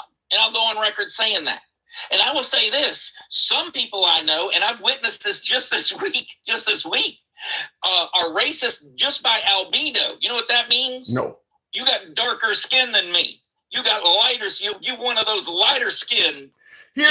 But here's why I would push back on the suggestion that it's not systemic. You said it's individual. If you're racist, you're an ass. Okay, let's say it's not systemic. It's just you. Let's say you want to be a racist, but you run a college. You're the chief of police of a town. It's gonna be systemic. If you control that police force, how not? How is that not gonna happen? Systemic means that we have laws and rules in place that perpetuates it. That's not what happens. Okay, then what if you're a politician and you act like that? I got you. I ain't voting for somebody that says, "Hey, we're gonna other this group of." They don't admit it. Well, come on now, straight talk. You know, nobody shakes your hand and says, "My name is John. I'm a racist." They don't tell you that. That's not I mean, hear me out. Think about how long this country operated on a platform of racism, going all the way back to slavery to the Jim Crow era, up to the Civil Rights Act of 1964. Try telling me how many politicians came out and admitted during those eras that they were racist. They all had another reason for why they were doing what they were doing. So listen, they don't admit it. That stuff. Hold on, you don't hide that stuff. I used to work for a Republican representative. Okay, I used to work for him. I used to canvass neighborhoods to help him until one day he said something very similar to what Gen X was about to say. And I said, today will be my last day. This is not how I'm going to, I don't roll this way. I don't appreciate what you just said. I did that with one. What did he say though when you said it? What did he say when you said it? He knew that about me. He knew that. He knew that he did not want me of all people to hear what he just said. Right. So you're actually making my point. So even he didn't want to actually admit it to you. He just slipped up. No, he knew who he was talking to, is what I'm saying. Listen, so I live in Southern California. I'm not saying that there are no racists in Southern California. There are more here than there are in Texas. I guarantee you that. I grew up in Texas. Well, the point I'm making is the folks that are like that generally do not admit it. They usually lie about that. They may admit it in circles where they think they're in friendly company. The only time I'm concerned about the way you feel about me, here's the deal. If you don't like white people, and I am very white, I need that to come out of your mouth. I need you to tell me that long before you and I get involved in any kind of business relationship or personal relationship. I beg you to say that so I keep my children and my loved ones as far away from you as I possibly can. But if I need your vote or I need something, why the hell would I tell you that? I mean, once I get your vote, Right. I'm not. You damn sure shouldn't. I'm not going. Yes. Right. So. You better bury that shit as deep as you possibly can. And that's the Because point the I'm minute- making. That's the Yes, point I'm making. The Is minute that, that I smell it, you have lost. Not only will I stop ever voting for you again because you don't deserve that power, I'm now going to start working against you. I cannot support someone who is saying things like that and actively racist. but you voted for Your action You voted for your- Trump, right? again and again, and I will vote for him another 10 times because I don't think the man has a racist bone in his body. You serious? Yes. Okay. I mean, I've played this before. I guess since we got a minute, because this is a video that I got that's on YouTube, and I play it a lot because it's something that came out of Trump's mouth that I feel, or an action by President Trump that I feel is definitely racist. I want you to hear this. Many of you who watch the show probably seen this already, but I'm not going to play my part, and I'm going to play Trump talking. And this is with Bill O'Reilly of Fox News when he was still on Fox. The Wonder Oven Pro is an 8-in-1 non-toxic air fryer toaster oven. Now with 2 new cooking They're functions. trying to sell me toaster ovens. That the liberal media and the Democratic Party in general trying to paint you as a racist. Are you aware of that? I think so, but I think people know better than that. I'm probably the least racist person on earth. Well, I've known you a long time. Know better than that. I never saw any racism from you. However, when you tweet out a thing, and this bothered me, I got to tell you, you tweeted out that whites killed by blacks. These are statistics you picked up from somewhere at a rate of 81%. And that's totally wrong. Whites killed by blacks is 15%.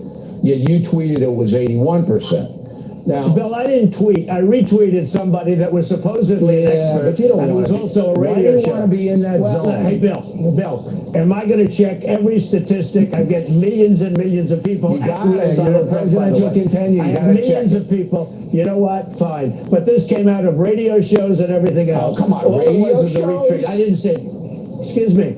All it was is a retweet. It wasn't from me, and it did. It came out of a radio show and other places because you see all the names. Look, you know I'm looking out for you, right? You know that? You know I'm looking out for you. I look out for every honest politician. I don't care what party they're in. Don't do this. Don't put your name on stuff like this because it makes the other side, it gives them stuff to tell the ill-informed voter that you're a racist. I mean, you just hand them the platter. This was a retweet. I'm sure you're looking out for me. Everybody is, right? Yeah. This was a retweet. This was a retweet. How are African Americans supposed to take this? Now, I want to, first of all, even if it was true, why the hell would you just post this on your account? But when you look at what's up there, look at the picture. It's clearly a guy holding a gun to the side. The guy got a do-rag on. His pants are sagging. With all of these, I mean, is that a black man that's standing there? That actually, yes, it's not a good look, dude. Hey, you want me to defend that shit? Well, okay. Is that what you're asking me? No, what I'm asking you is if some African American says this is racist, because he never apologized for it either. If some African American says this is racist, because him claiming, well, I don't have time to fact check what I put out. Aren't you the guy that tells everybody about fake news? And now you admitting you don't even fact check the shit you post? How is the black community supposed to take something like this? Listen, the same way I take it, I think that is a pile of shit that you didn't need to step in. That's the way I'm looking at it. Does it look racist? Take your time. Hold on. I can see where you would think that was racist. I personally am not offended by that because it ain't about you. Yes. It ain't about you. That's why. 100%. So what the hell is this? And by the way, below it is it. I thought you were going to put a video of Trump saying all the nephews and all of something like super specific and racist. Okay. Shit, I'm gonna be honest with you. His explanation may not be good enough for you.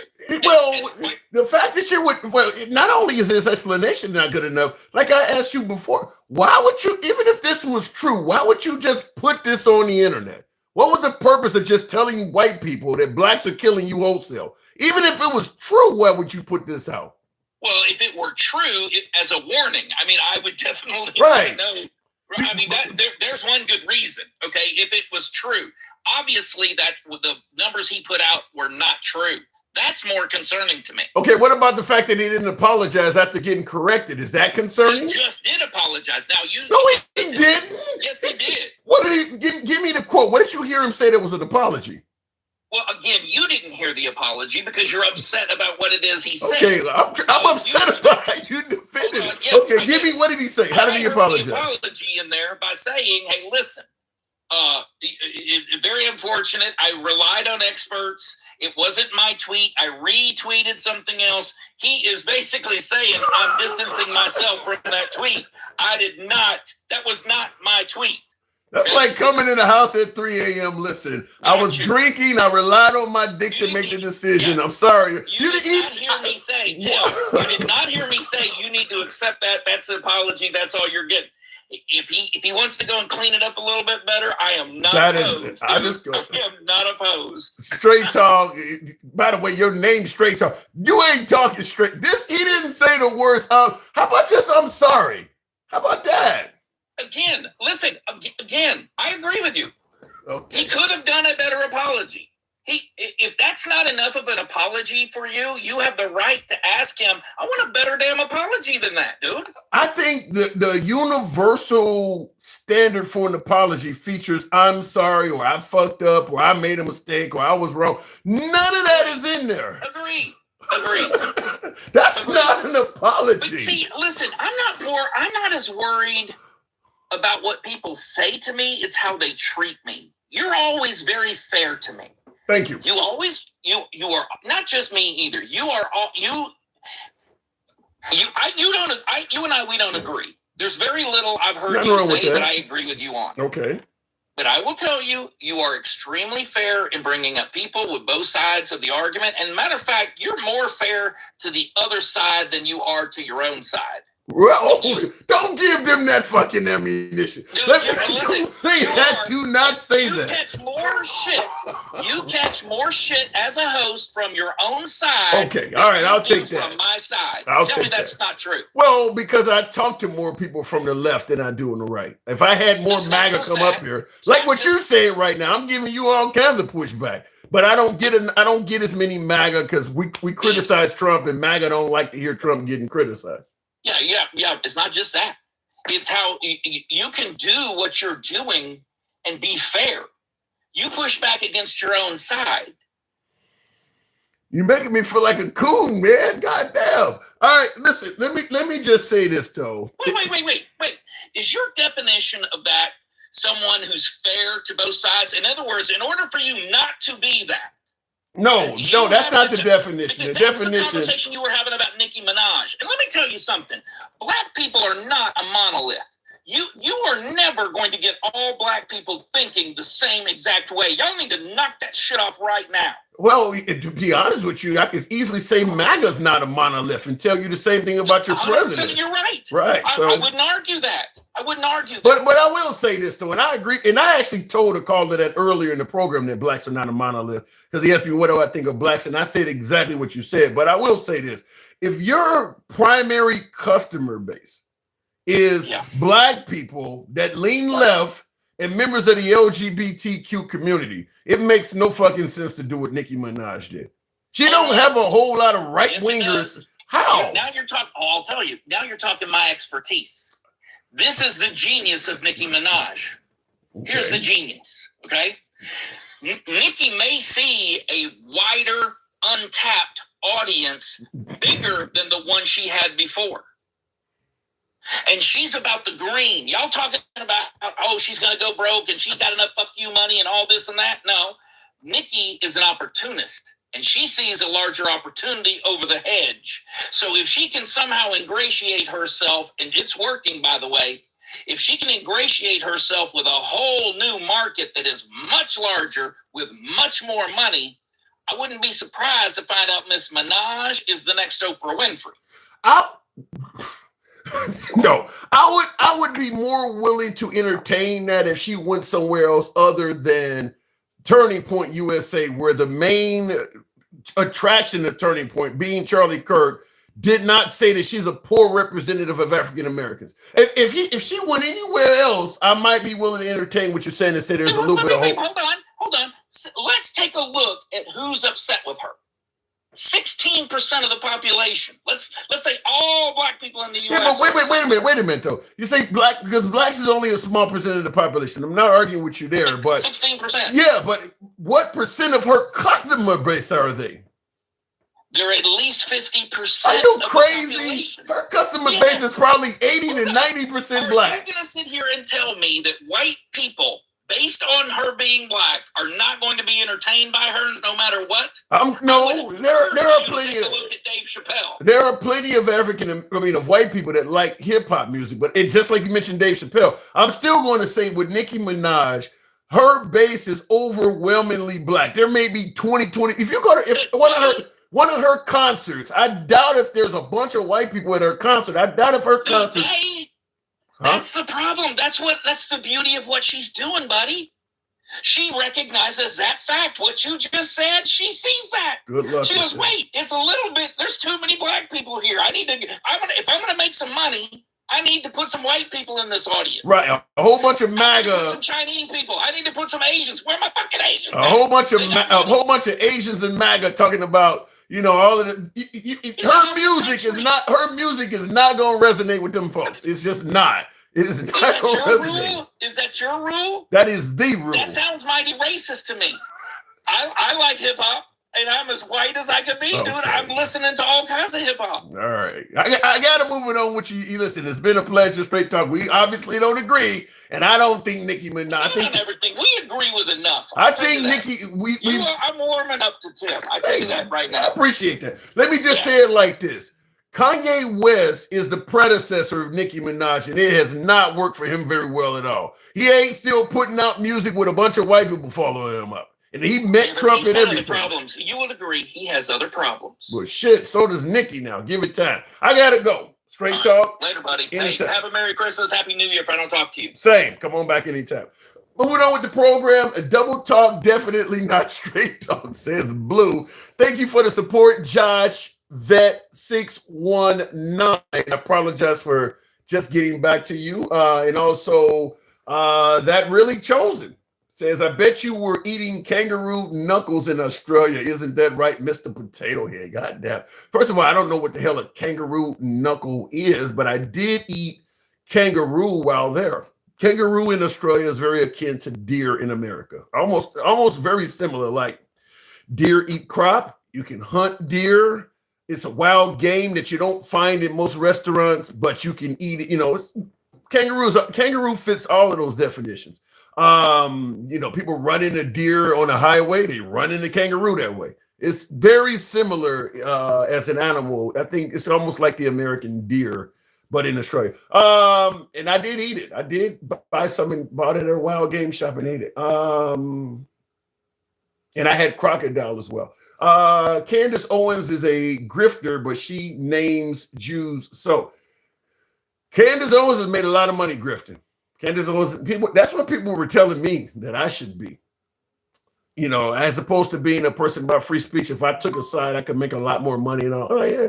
But it wouldn't be authentic. If you're African American, you're well spoken, and you lean right and take up on a platform of criticizing the African American community, there is plenty of money in that, even at the low levels. If you're an African American, you're well spoken, you get out there and support right-wing issues and definitely criticize the flaws and issues with the black community, you can make money doing that. You can absolutely make money doing that. It wouldn't be authentic for me to just sit back and bang black people all the time, because a lot of the issues that are in the black community, they're in other communities as well. But those folks that do that, you don't hear them bring up the other communities. They just keep banging black people. You'll have a predominantly white, right-leaning audience too, but they will take care of you. You will make money doing that. And I've had countless people tell me that's what I should do.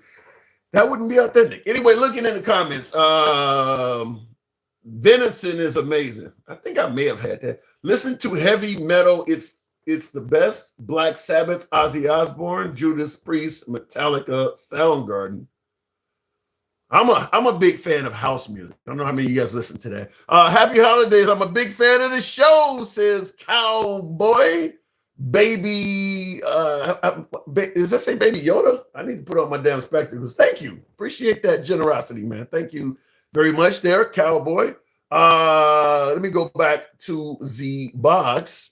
Thank you folks that are tapping the screen. Get us on up to 160. Now, Miss Mobetta, good evening. Welcome to the program. Poor Ozzy and his Jewish Yenta wife. Isn't Ozzy Osbourne dead? Didn't he just die this year? Yeah, Miss Mobetta, good evening. Hi, Tim. Happy Kwanzaa. Kwanzaa. I don't think Trump would like that. Everybody was mentioning Christmas. Nobody mentioned Kwanzaa. Nah, you don't. Emoji is the first day, which means unity.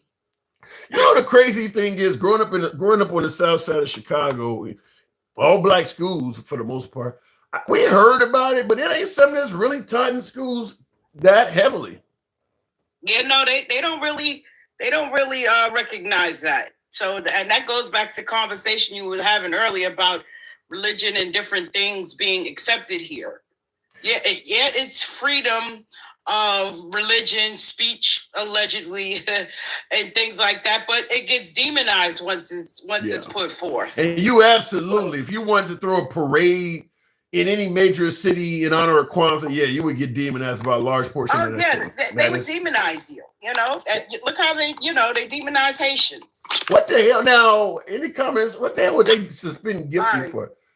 I'm telling you, it's amazing that we get haters on the program or whatever, but I see some of the weirdest shit come up. But yeah, in this country, they say it's about freedom of religion. But yeah, if you start openly practicing the favor in other religions, they push back. Like, for instance, you got a lot of folks who are trying to pass laws to prevent Sharia law from being a law of the land in some of these areas. If it's freedom of religion and the voters in that area want that religion, what happened to the freedom part? Where's the freedom? Right. Yeah, you're trying to stop it. I tell you, a lot of people need to walk around with dictionaries and start getting the true definition of things. Yeah.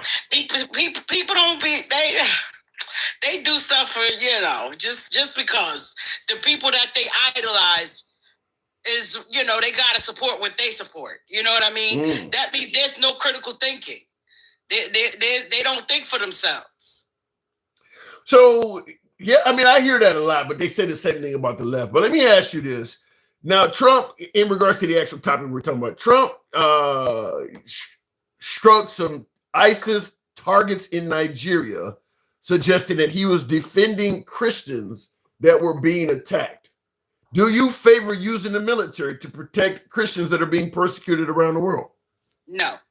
How much did that cost us? Oh, shit. When you think about the smart weapons and things we use, I'm sure six to seven digits. They talk about America first and the dollar and all that stuff. How much did that actually cost us? 6 to 7 digits easily. Probably 7 digits, but at least 6. Easily. See, once they start telling the truth about this shit, we already know he's trying to bully his way into taking all of their resources. We know what it is.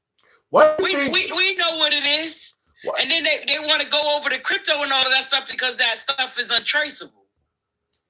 But people who idolizes things that are not tangible are fools.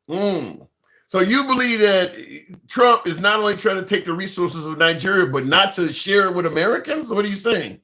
It's all about him. I'm sure he has some kind of stake over there somewhere because we can't see the benefit of anything that he's done thus far. If I'm wrong, I stand corrected. My last caller suggests he's made a ton of money since Trump got in office. Oh, he sure has. Trump has made out. No.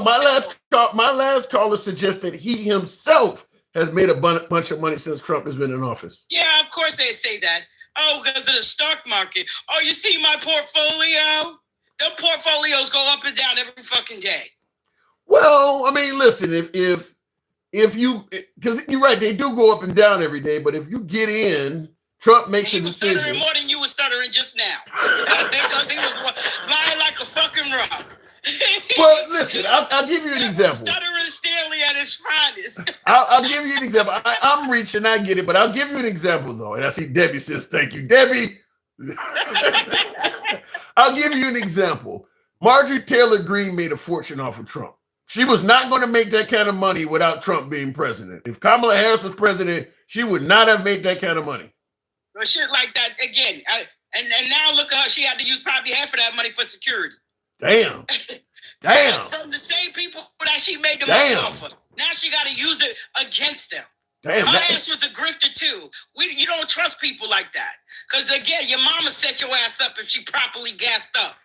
That's why they said the love of money is the root of all evil, because some people will go to the depths of things for $1. Yeah, but what about the notion that President Trump, being an incredibly wealthy man long before running for office, came to DC with his own money already, not even taking a salary? Well, that's why he borrowed all that money from Elon just so he can get his ass out of trouble here in New York. Yeah, stop. Listen, start being truthful about this shit. He might have had some assets and stuff tied up away. He wasn't worth what he said he was worth. You know, he inflates everything that comes out of his mouth is inflated. Well, he does sometimes. He's been known to exaggerate a couple times. And that's all he does is exaggerate.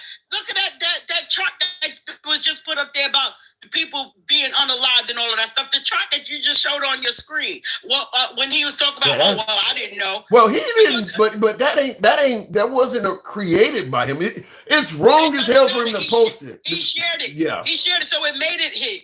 Yeah, it made it his position. Like Bill was saying to him, you're the president. Yeah. You don't go just randomly putting up shit because you like how those numbers look. It'll look good on my behalf if I put this on it. It'll go. Here's the crazy thing.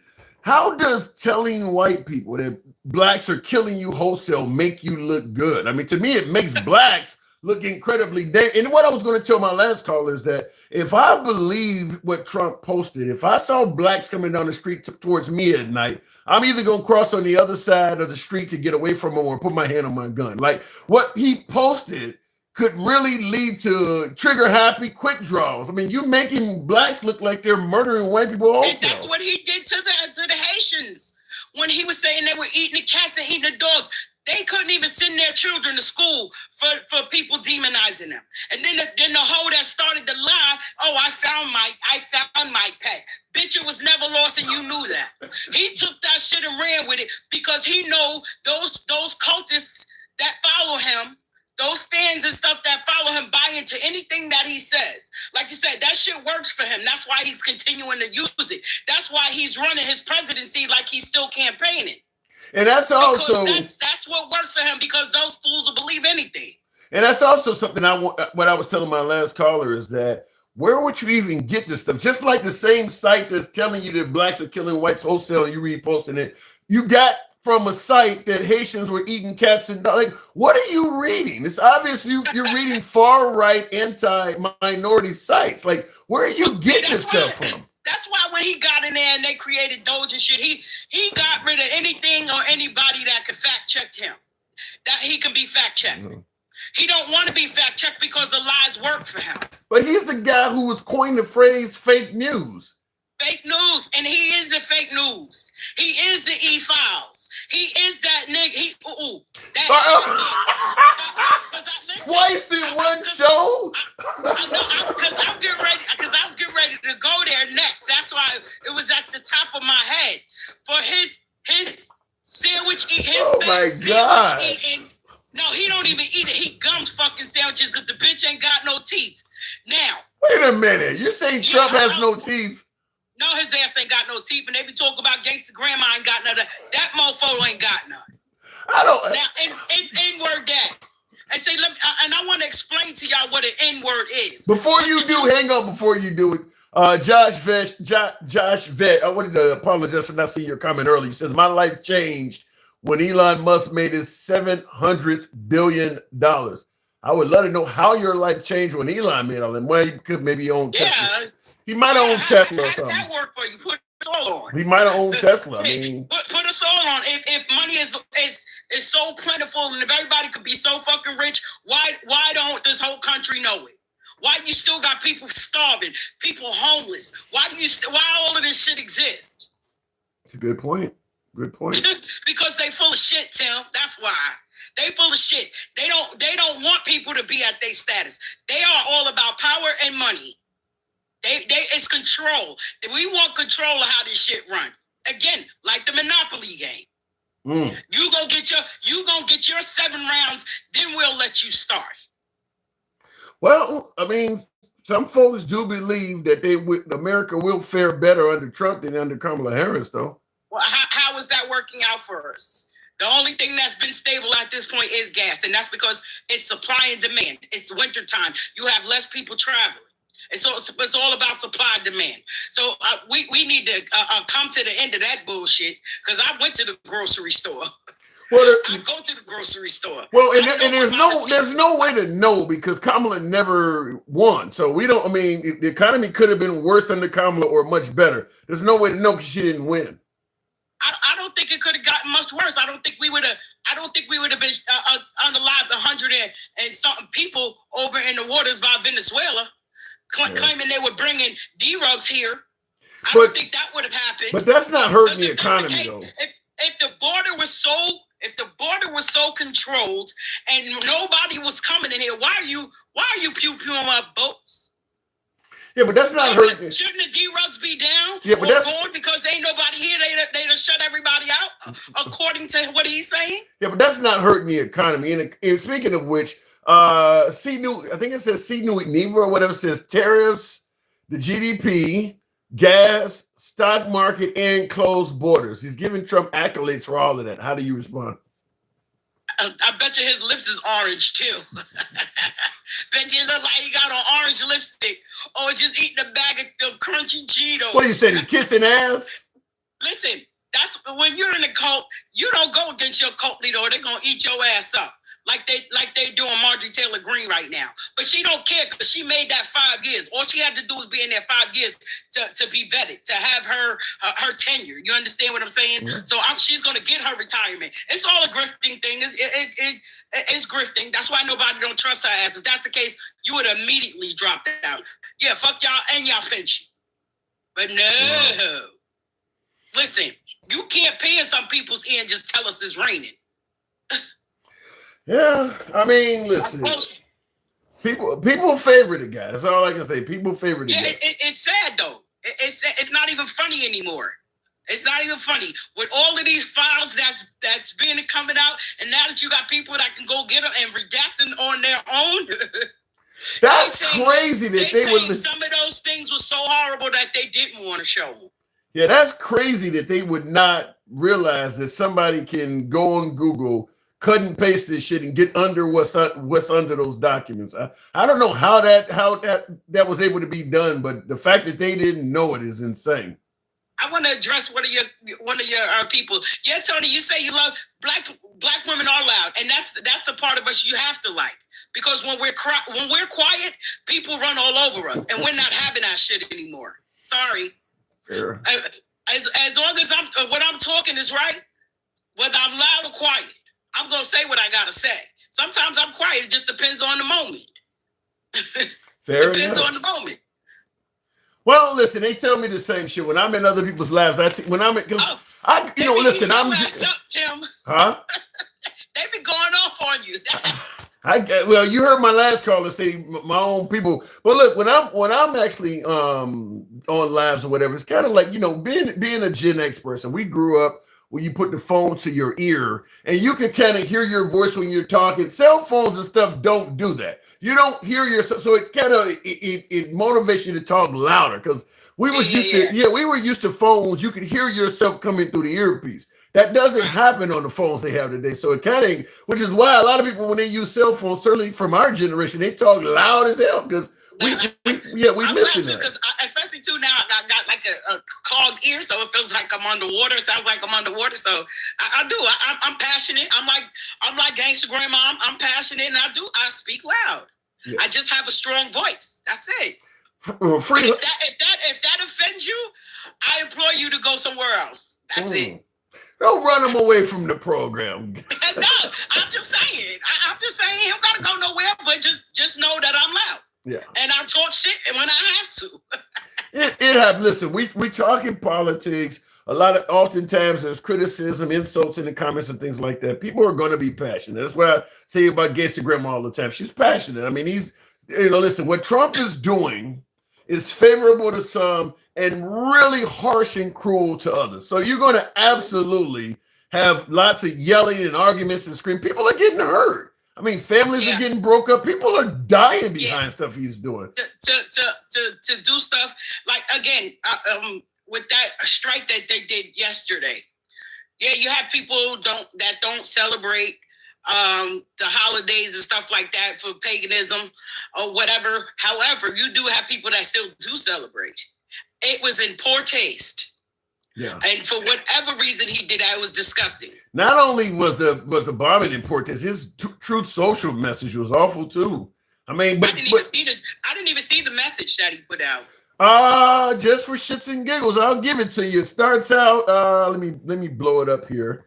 It says, "Merry Christmas to all, including the radical left scum that is doing everything possible to destroy our country, but are failing badly. We no longer have open borders, men and women's sports, transgender for everyone, or weak law enforcement. What we do have is a record stock market and 401ks, lowest crime numbers in decades, no inflation, and yesterday a 4.3 GDP, 2 points better than expected. Terrorists has given us trillions of dollars in growth and prosperity and the strongest national security we have ever had. We are respected again, perhaps like never before. God bless America, President DJT." So I want to say something about the GDP, because one of my viewers on YouTube even gave him credit for the GDP. California has the largest GDP in this country, and that don't mean shit to the homeless people in Los Angeles. So bragging about GDP, that doesn't mean anything to the average American. It is irrelevant. I mean, there is homelessness all over California with that huge GDP. Huh? Including veterans. Yeah. And again, how could we trust those numbers when you got rid of the people who actually keeps the stats? You understand what I'm saying? So when he posts shit like that, he sat on that gold toilet and thought of this shit. Oh, well, let me just put these numbers out. Oh, we just say it. Oh, my cult will believe it. Yes. Oh, I'm doing the best ever. I'm the greatest since Abraham Lincoln. I am me, I. You know, that's kind of it's worked for him. So I understand. He's not talking about himself. He's talking about Joe Biden, and they talk about Trump derangement syndrome. Yeah, I got a couple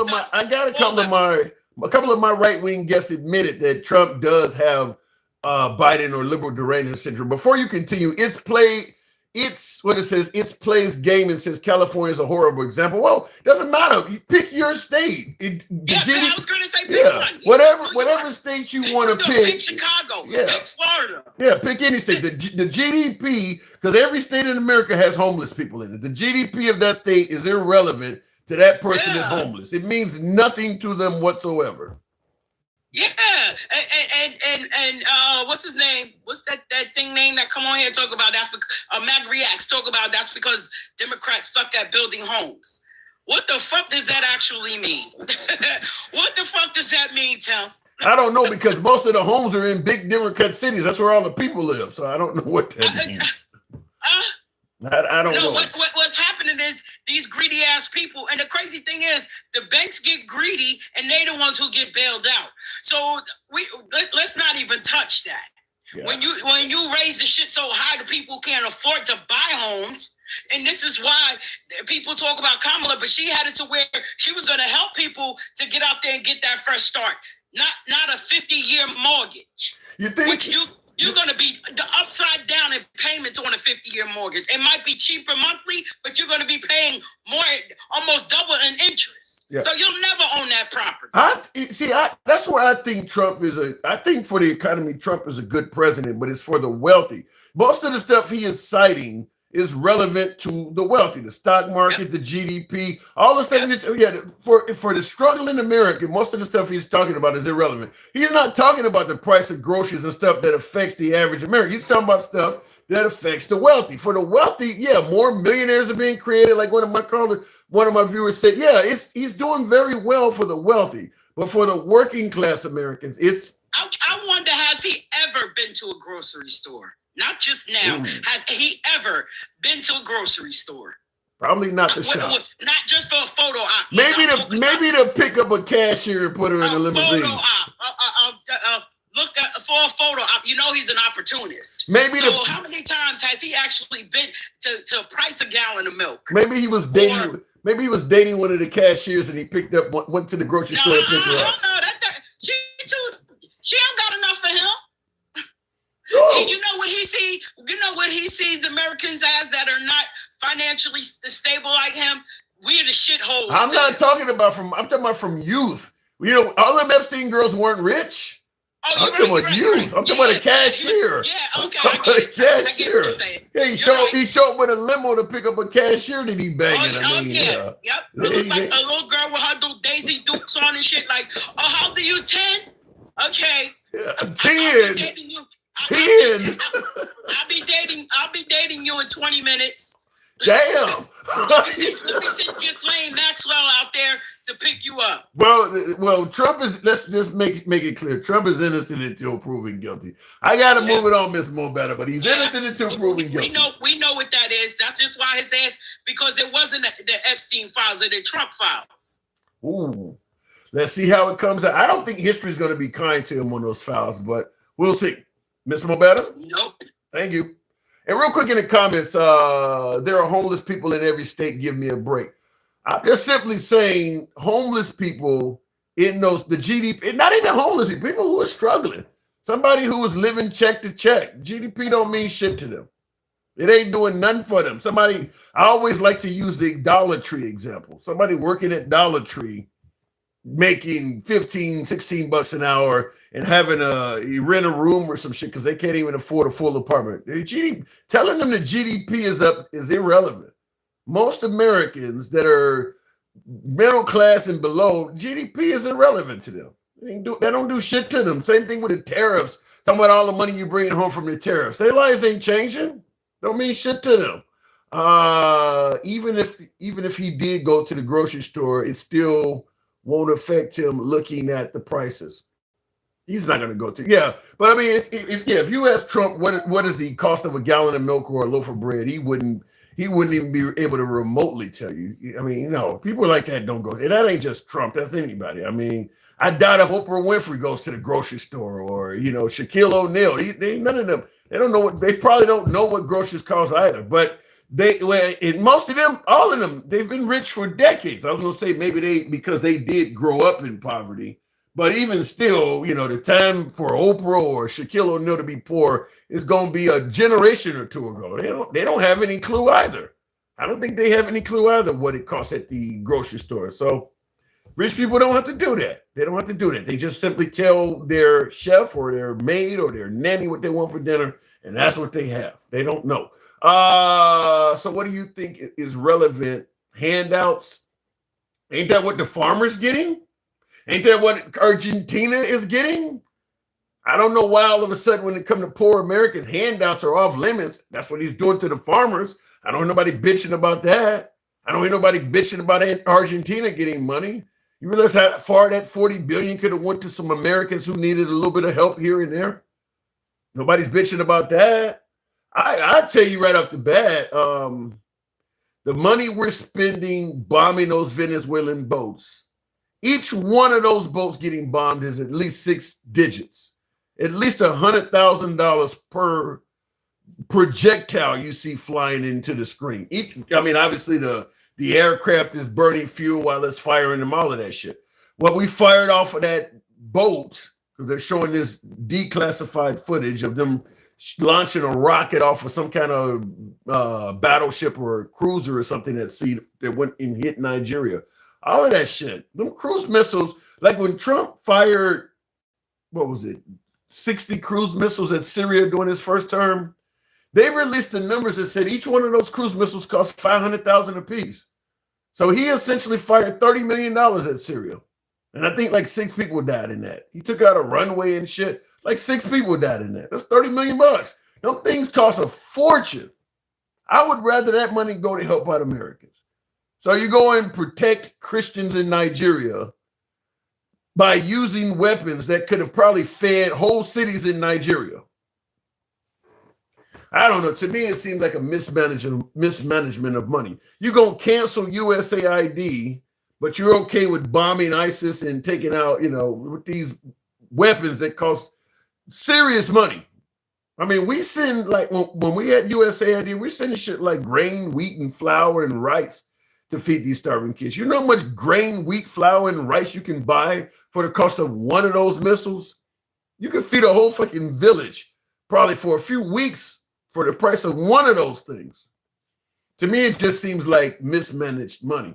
You want to really protect some Christians? Do that. You probably could make some Christians if you'd probably have some people thank you and be willing to convert to your fucking religion. Do that as opposed to going out and killing people. And $1 million plus a missile. Yeah, that's crazy. That is crazy. What about the kids here? What about them? They don't seem to care about that. Going to cost over $3 billion to send out 20. What does that say? 200 US. I don't think we're getting those checks. You're talking about. They claim that Trump was talking about sending out $2,000 in stimulus checks or something like that. I don't believe that's going to happen. I'm really curious. I don't feel confident that that's actually going to happen. If it does, that will certainly probably buy Trump a few votes. That will definitely change a few tunes. DJ Diamond, I saw you in the comments. Good evening. I got two questions for you. Sure. Now, I know that Trump was trying to be the president again, and I know it can't be done. But do you think that if he has his vice president become president and then step down, that he would end up being the president that way? No, because the language expressly states that I can't think of the actual quote, but the language is written so that you can't do that. You can't be vice president if you're not qualified to be president, you can't be vice president.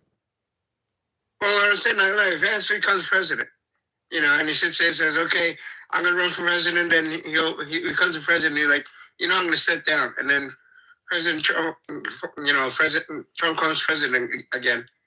You think that can happen? Not only do I not feel it could happen. Here's one thing that Trump, and I do believe there's plenty of MAGA, plenty of conservatives, plenty of members of Congress that would be okay with it. Even though I don't think you can do it based on the Constitution, but with the Supreme Court, you never know. But here's the problem: Trump is able to win victorious over the courts, victorious in the election. He wins a lot. One thing you can't beat is Father Time. The idea that we expect Trump between the years of 83 and 87 to be a functional president is where the problem is. Even if there's laws that can be altered and we could put them in there. Michael, your battery is charged to 100%. Disconnect it now before your iPhone totally blows up on you. What the hell was that? That was my phone telling me the battery's charged. It's gonna blow up. You can see that. So, do you think that JD will end up being the president and he'll run everything just like Trump did? No, I'm not saying he couldn't be president, but I don't think Trump is like a once in a lifetime type guy. I think even Steve Bannon said that, look, we need Trump in it because we'll never get a chance to do this stuff again. The amount of energy coming from a Trump rally, you're hearing from somebody who's been to a couple of them. The amount of energy coming from Trump rallies, the way he can talk to his folks and galvanize. JD Vance ain't capable of that. Neither is Mark Rubio. I'm not saying it's not possible they could win. If they go up against a shitty liberal, they could possibly win. It ain't going to be the same, though. How people have stepped aside and just let Trump do whatever the hell he wants. JD Vance and Marco Rubio is not going to get that kind of power. Just like Bush didn't have that kind of power. That ain't going to happen.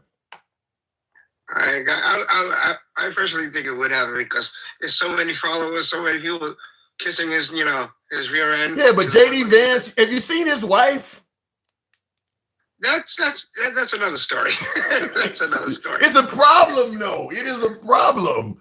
JD Vance ain't Trump. Like I said, I'm not saying JD Vance I'm not saying he wouldn't win. I don't think right now it's likely he'd win because he's tied to Trump and Trump is not very popular right now. But even if he won, I don't think he would have the support of MAGA. I don't think MAGA would get behind him.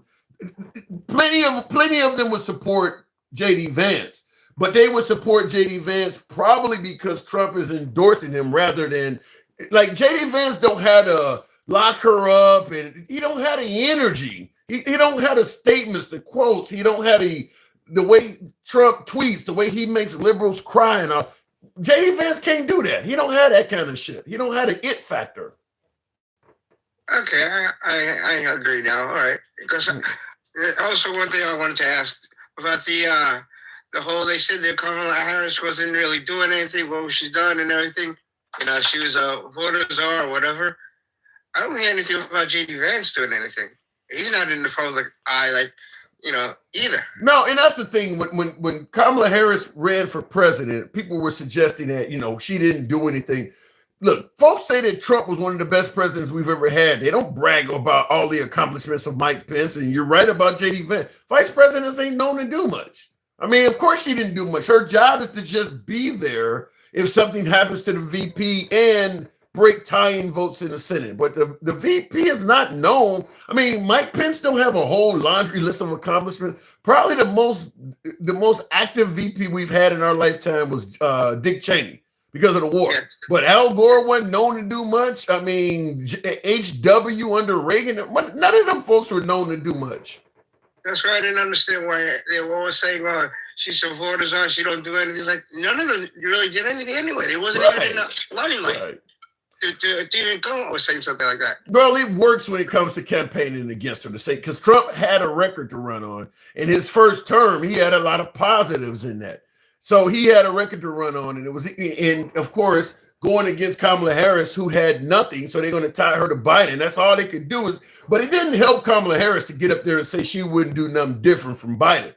Because by her doing that, then, yeah, you could kind of tie her to Biden. So now when Biden's failed, if she's promising to do the same shit, then any failures of Biden, you can tie to her. I don't think she would have won anyway. I think they should have. If she was going to win, she would have to be. He would have should have been out of the office way sooner. Yeah. This way, she can push her narrative out there. And I don't think the Democrats would have. If Biden, because I think Biden is the biggest problem with Kamala Harris by waiting so long to step down. But if Biden had been a one-term transitional president, like many thought he was going to do, just run for one term to get rid of Trump, and then the Democrats did have a year and a half to pick a candidate, it wouldn't have been Kamala Harris.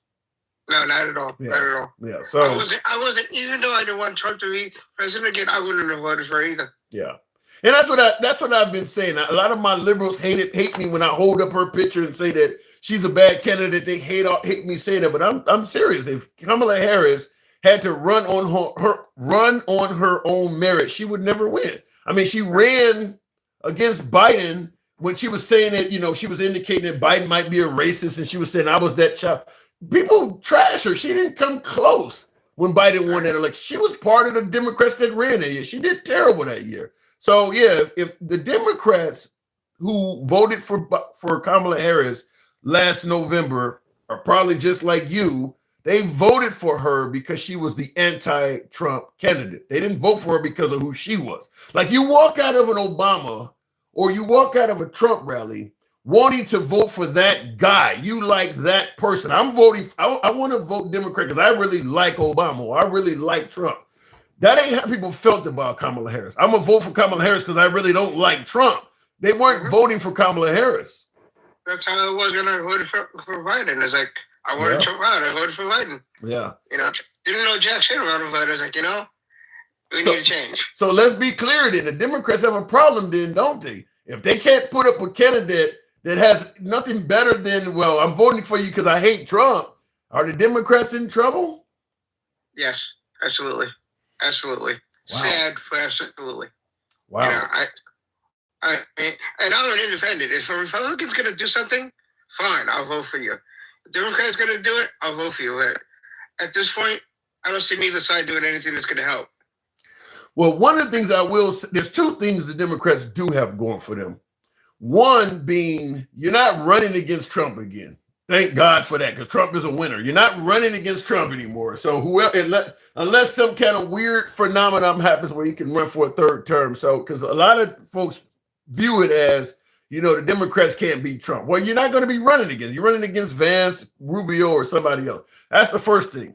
Second thing being, we are 3 years out until the 2028 election. And that's huge because Trump won in 2016. In 2013, 3 years before it, nobody was even talking about Trump for president. Obama won in 2008. 2005, nobody was even talking about Obama for president. In fact, was he even a senator yet?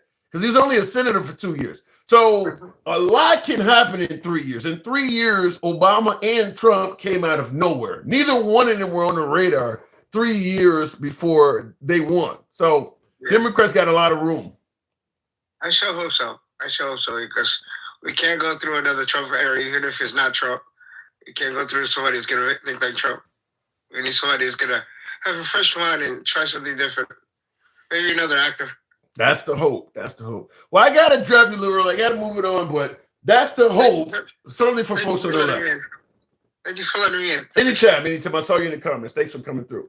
And by the way, folks, I appreciate the 164,000, but unfortunately, I got to step away for a minute. So follow the program if you're watching on TikTok, Instagram. Give us a sub if you're watching on YouTube. Take care. Thank you, folks, on YouTube as well. I appreciate you tuning in. See you tomorrow.